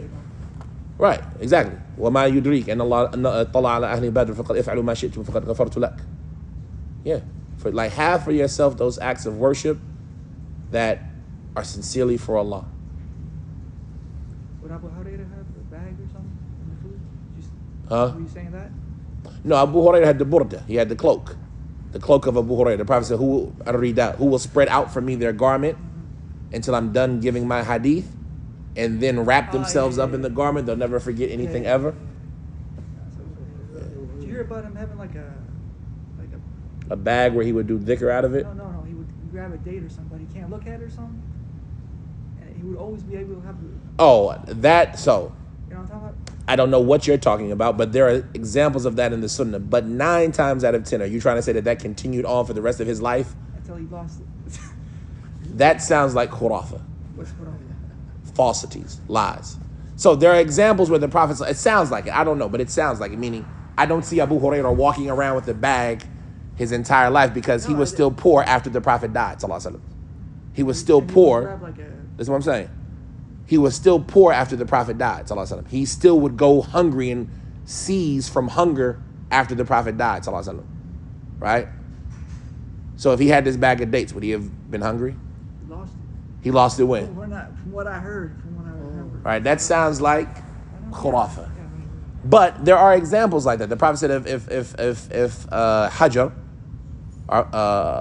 the wife of Ibrahim, Hajar, if she didn't try to scoop up Zamzam, it would have been a what? If she didn't try to scoop up Zamzam, it would have been a river. The hadith of, I forgot the Sahabi, was it Abu Ayyub with the sheep in the oven? If she didn't look into it, it would have been producing food until the day of judgment. And there's something else about the date. If he didn't look into the bag, if he didn't look into, just grabbed it. Yeah, it would have come. It would have kept going to the day of judgment. He would have kept it, But it didn't, and there's nothing that did. You see what I'm saying? If he wouldn't have, so that's And meant they to say, teach you about. What I heard, he lost it. He was trying to find it. He couldn't find it. No, it's too late. He already looked into it. Oh, he looked into it. Yeah, that's why the Prophet said if he didn't look into it, it would have kept doing it. Oh, okay. The hadith of the no. What's the guy that a lot of the Sahaba thought was the Dajjal? What's his name? I don't know his name. Not Ibn Sida. I think it's Ibn Sida. The Prophet ﷺ asked them to kill him. He asked the Sahaba, who will go kill him? And when one of the Sahaba went to go, he was making sujood. I thought that was about the Khawarij. That's the person who it came from. They thought he was the Dajjal. Yeah. But you're right. Not Ibn Sida. You're right. I heard about that. So yakhruju min, what's his name? What was his name? Which one, the Khawarij or? The Khariji, yeah. What was his name? So yakhruju min dhi'i hadha aqwamun. What's his name? Ibn Sayyad is the one who they thought was the Dajjal. Ibn Sayyad is the one who they thought was the Dajjal. But what's the name of the one who was the Kharij? So yakhruju min dhi'i hadha. And the Prophet ﷺ told the Sahaba, go kill him while he was making sujood. And it was Ibn Sayyad. It was him. It was the one they thought was the Dajjal. Yeah, it was, if I'm not mistaken. Because he used to think about himself that he was better than the Sahaba. The Prophet said, you probably think, what are you thinking? Like the Prophet had said, what are you thinking right now? He said, you thinking you better than everybody here, ain't you? He said, yeah. He said, yeah. And so, and from them was the Prophet ﷺ. And anyway, they told him to kill him while he would kill him. Who will go kill him for me right now? And the Sahabi went, and when he got there, he was making sujood. He didn't do it. The Prophet said, if he would have done it, there would never have been any fitna. Right? So there are things that Allah knows the qadr that he would have had been the case if they would have done it. But Allah also knew the qadr that they weren't going to do it. And so the qadr that comes because of that. But is there anything where the Sahaba, there's a bag somewhere with dates, that all you got to do is pick it up and it's still producing dates? Let me know khurafat. Right? Would Abu Hurairah's cloak work for somebody? Like, the Sufi, they used to talk about getting his cloak, and they would get the cloak and pass it on generation to generation. Let me know khurafat. There is nothing that exists from the athar from the time of the Prophet ﷺ, and Allah knows best. There's none of his hairs that are left, right? There's nothing there that a person could connect themselves to think that there's barakah. But the thing that does exist is what? Quran and Sunnah. So we don't need the bag of dates. If I need provisions from Allah, what do? I ask Allah, I make dua like the people before me made dua, like Maryam made dua, like Abu Hurairah made dua, right? And Allah will provide for me. And when Allah provides for me, instead of giving me grapes from the angel Jibril's hand directly, but he gives me grapes from schnooks, is that less amazing? What's his name? Oh, that's just amazing. Allah let me get grapes from schnooks, right? That's like subhanallah. Was it Khubayb? Khubayb, yeah. There's a lot of Sahaba like that. Yeah. The point is, when he was in the cell getting provided directly from Allah, and I go into my refrigerator and open it up and take out a chicken wing, is that less amazing? Oh man, that's just as amazing, man. Like, don't let the fact that I didn't Jibril came and used to hand Maryam grapes. Yeah, that's Allah. I used to think, this is the last thing I'll say. I used to think, ask yourself this question. Iblis. How was he? No, not how did he look like. How was he? He was a good guy. He was a good guy. He was with the Malaika. He saw the Malaika talk to Allah. Did Iblis talk to Allah? Ya Iblis, ma mana'aka an tasjuda bima khalaqtu biyadayk. He talked to Allah. قال أنا خير من خلقتني من نار وخلقته من طين قال فاخرج منها فإنك رجيم قال فأنظرني إلى يوم يبعثون. This is a conversation he's having with Allah. Seeing the Malaika. Was he part of Malaika? The opinion of Ibn Abbas is that he was from the Malaika. The jinn are a group of Malaika that have free will. I lean to that opinion, but ikhtilaf. The point of it is that all of these things that are from the unseen, you would tell yourself, what? Man, if I saw that, there's no way I'd be a kafir. Man, if I saw the angel Jibril 600 wings, there's no way I'd be a kafir. Right? طيب. قل هو الله أحد. Who said that? Allahu Akbar. You hear the speech of Allah every day. Every day. Allahu Samad.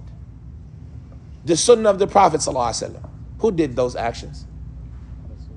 It's as if كأنك ترى, as if you're seeing him. فكيف نعصي? كيف نكفر?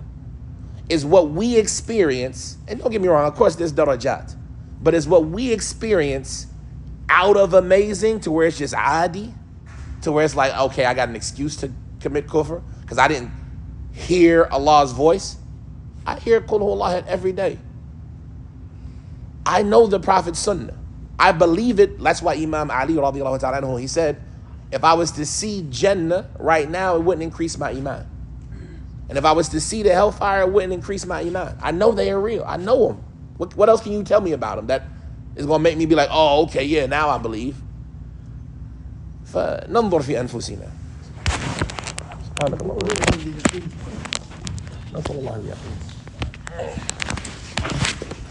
لا إله إلا أنت.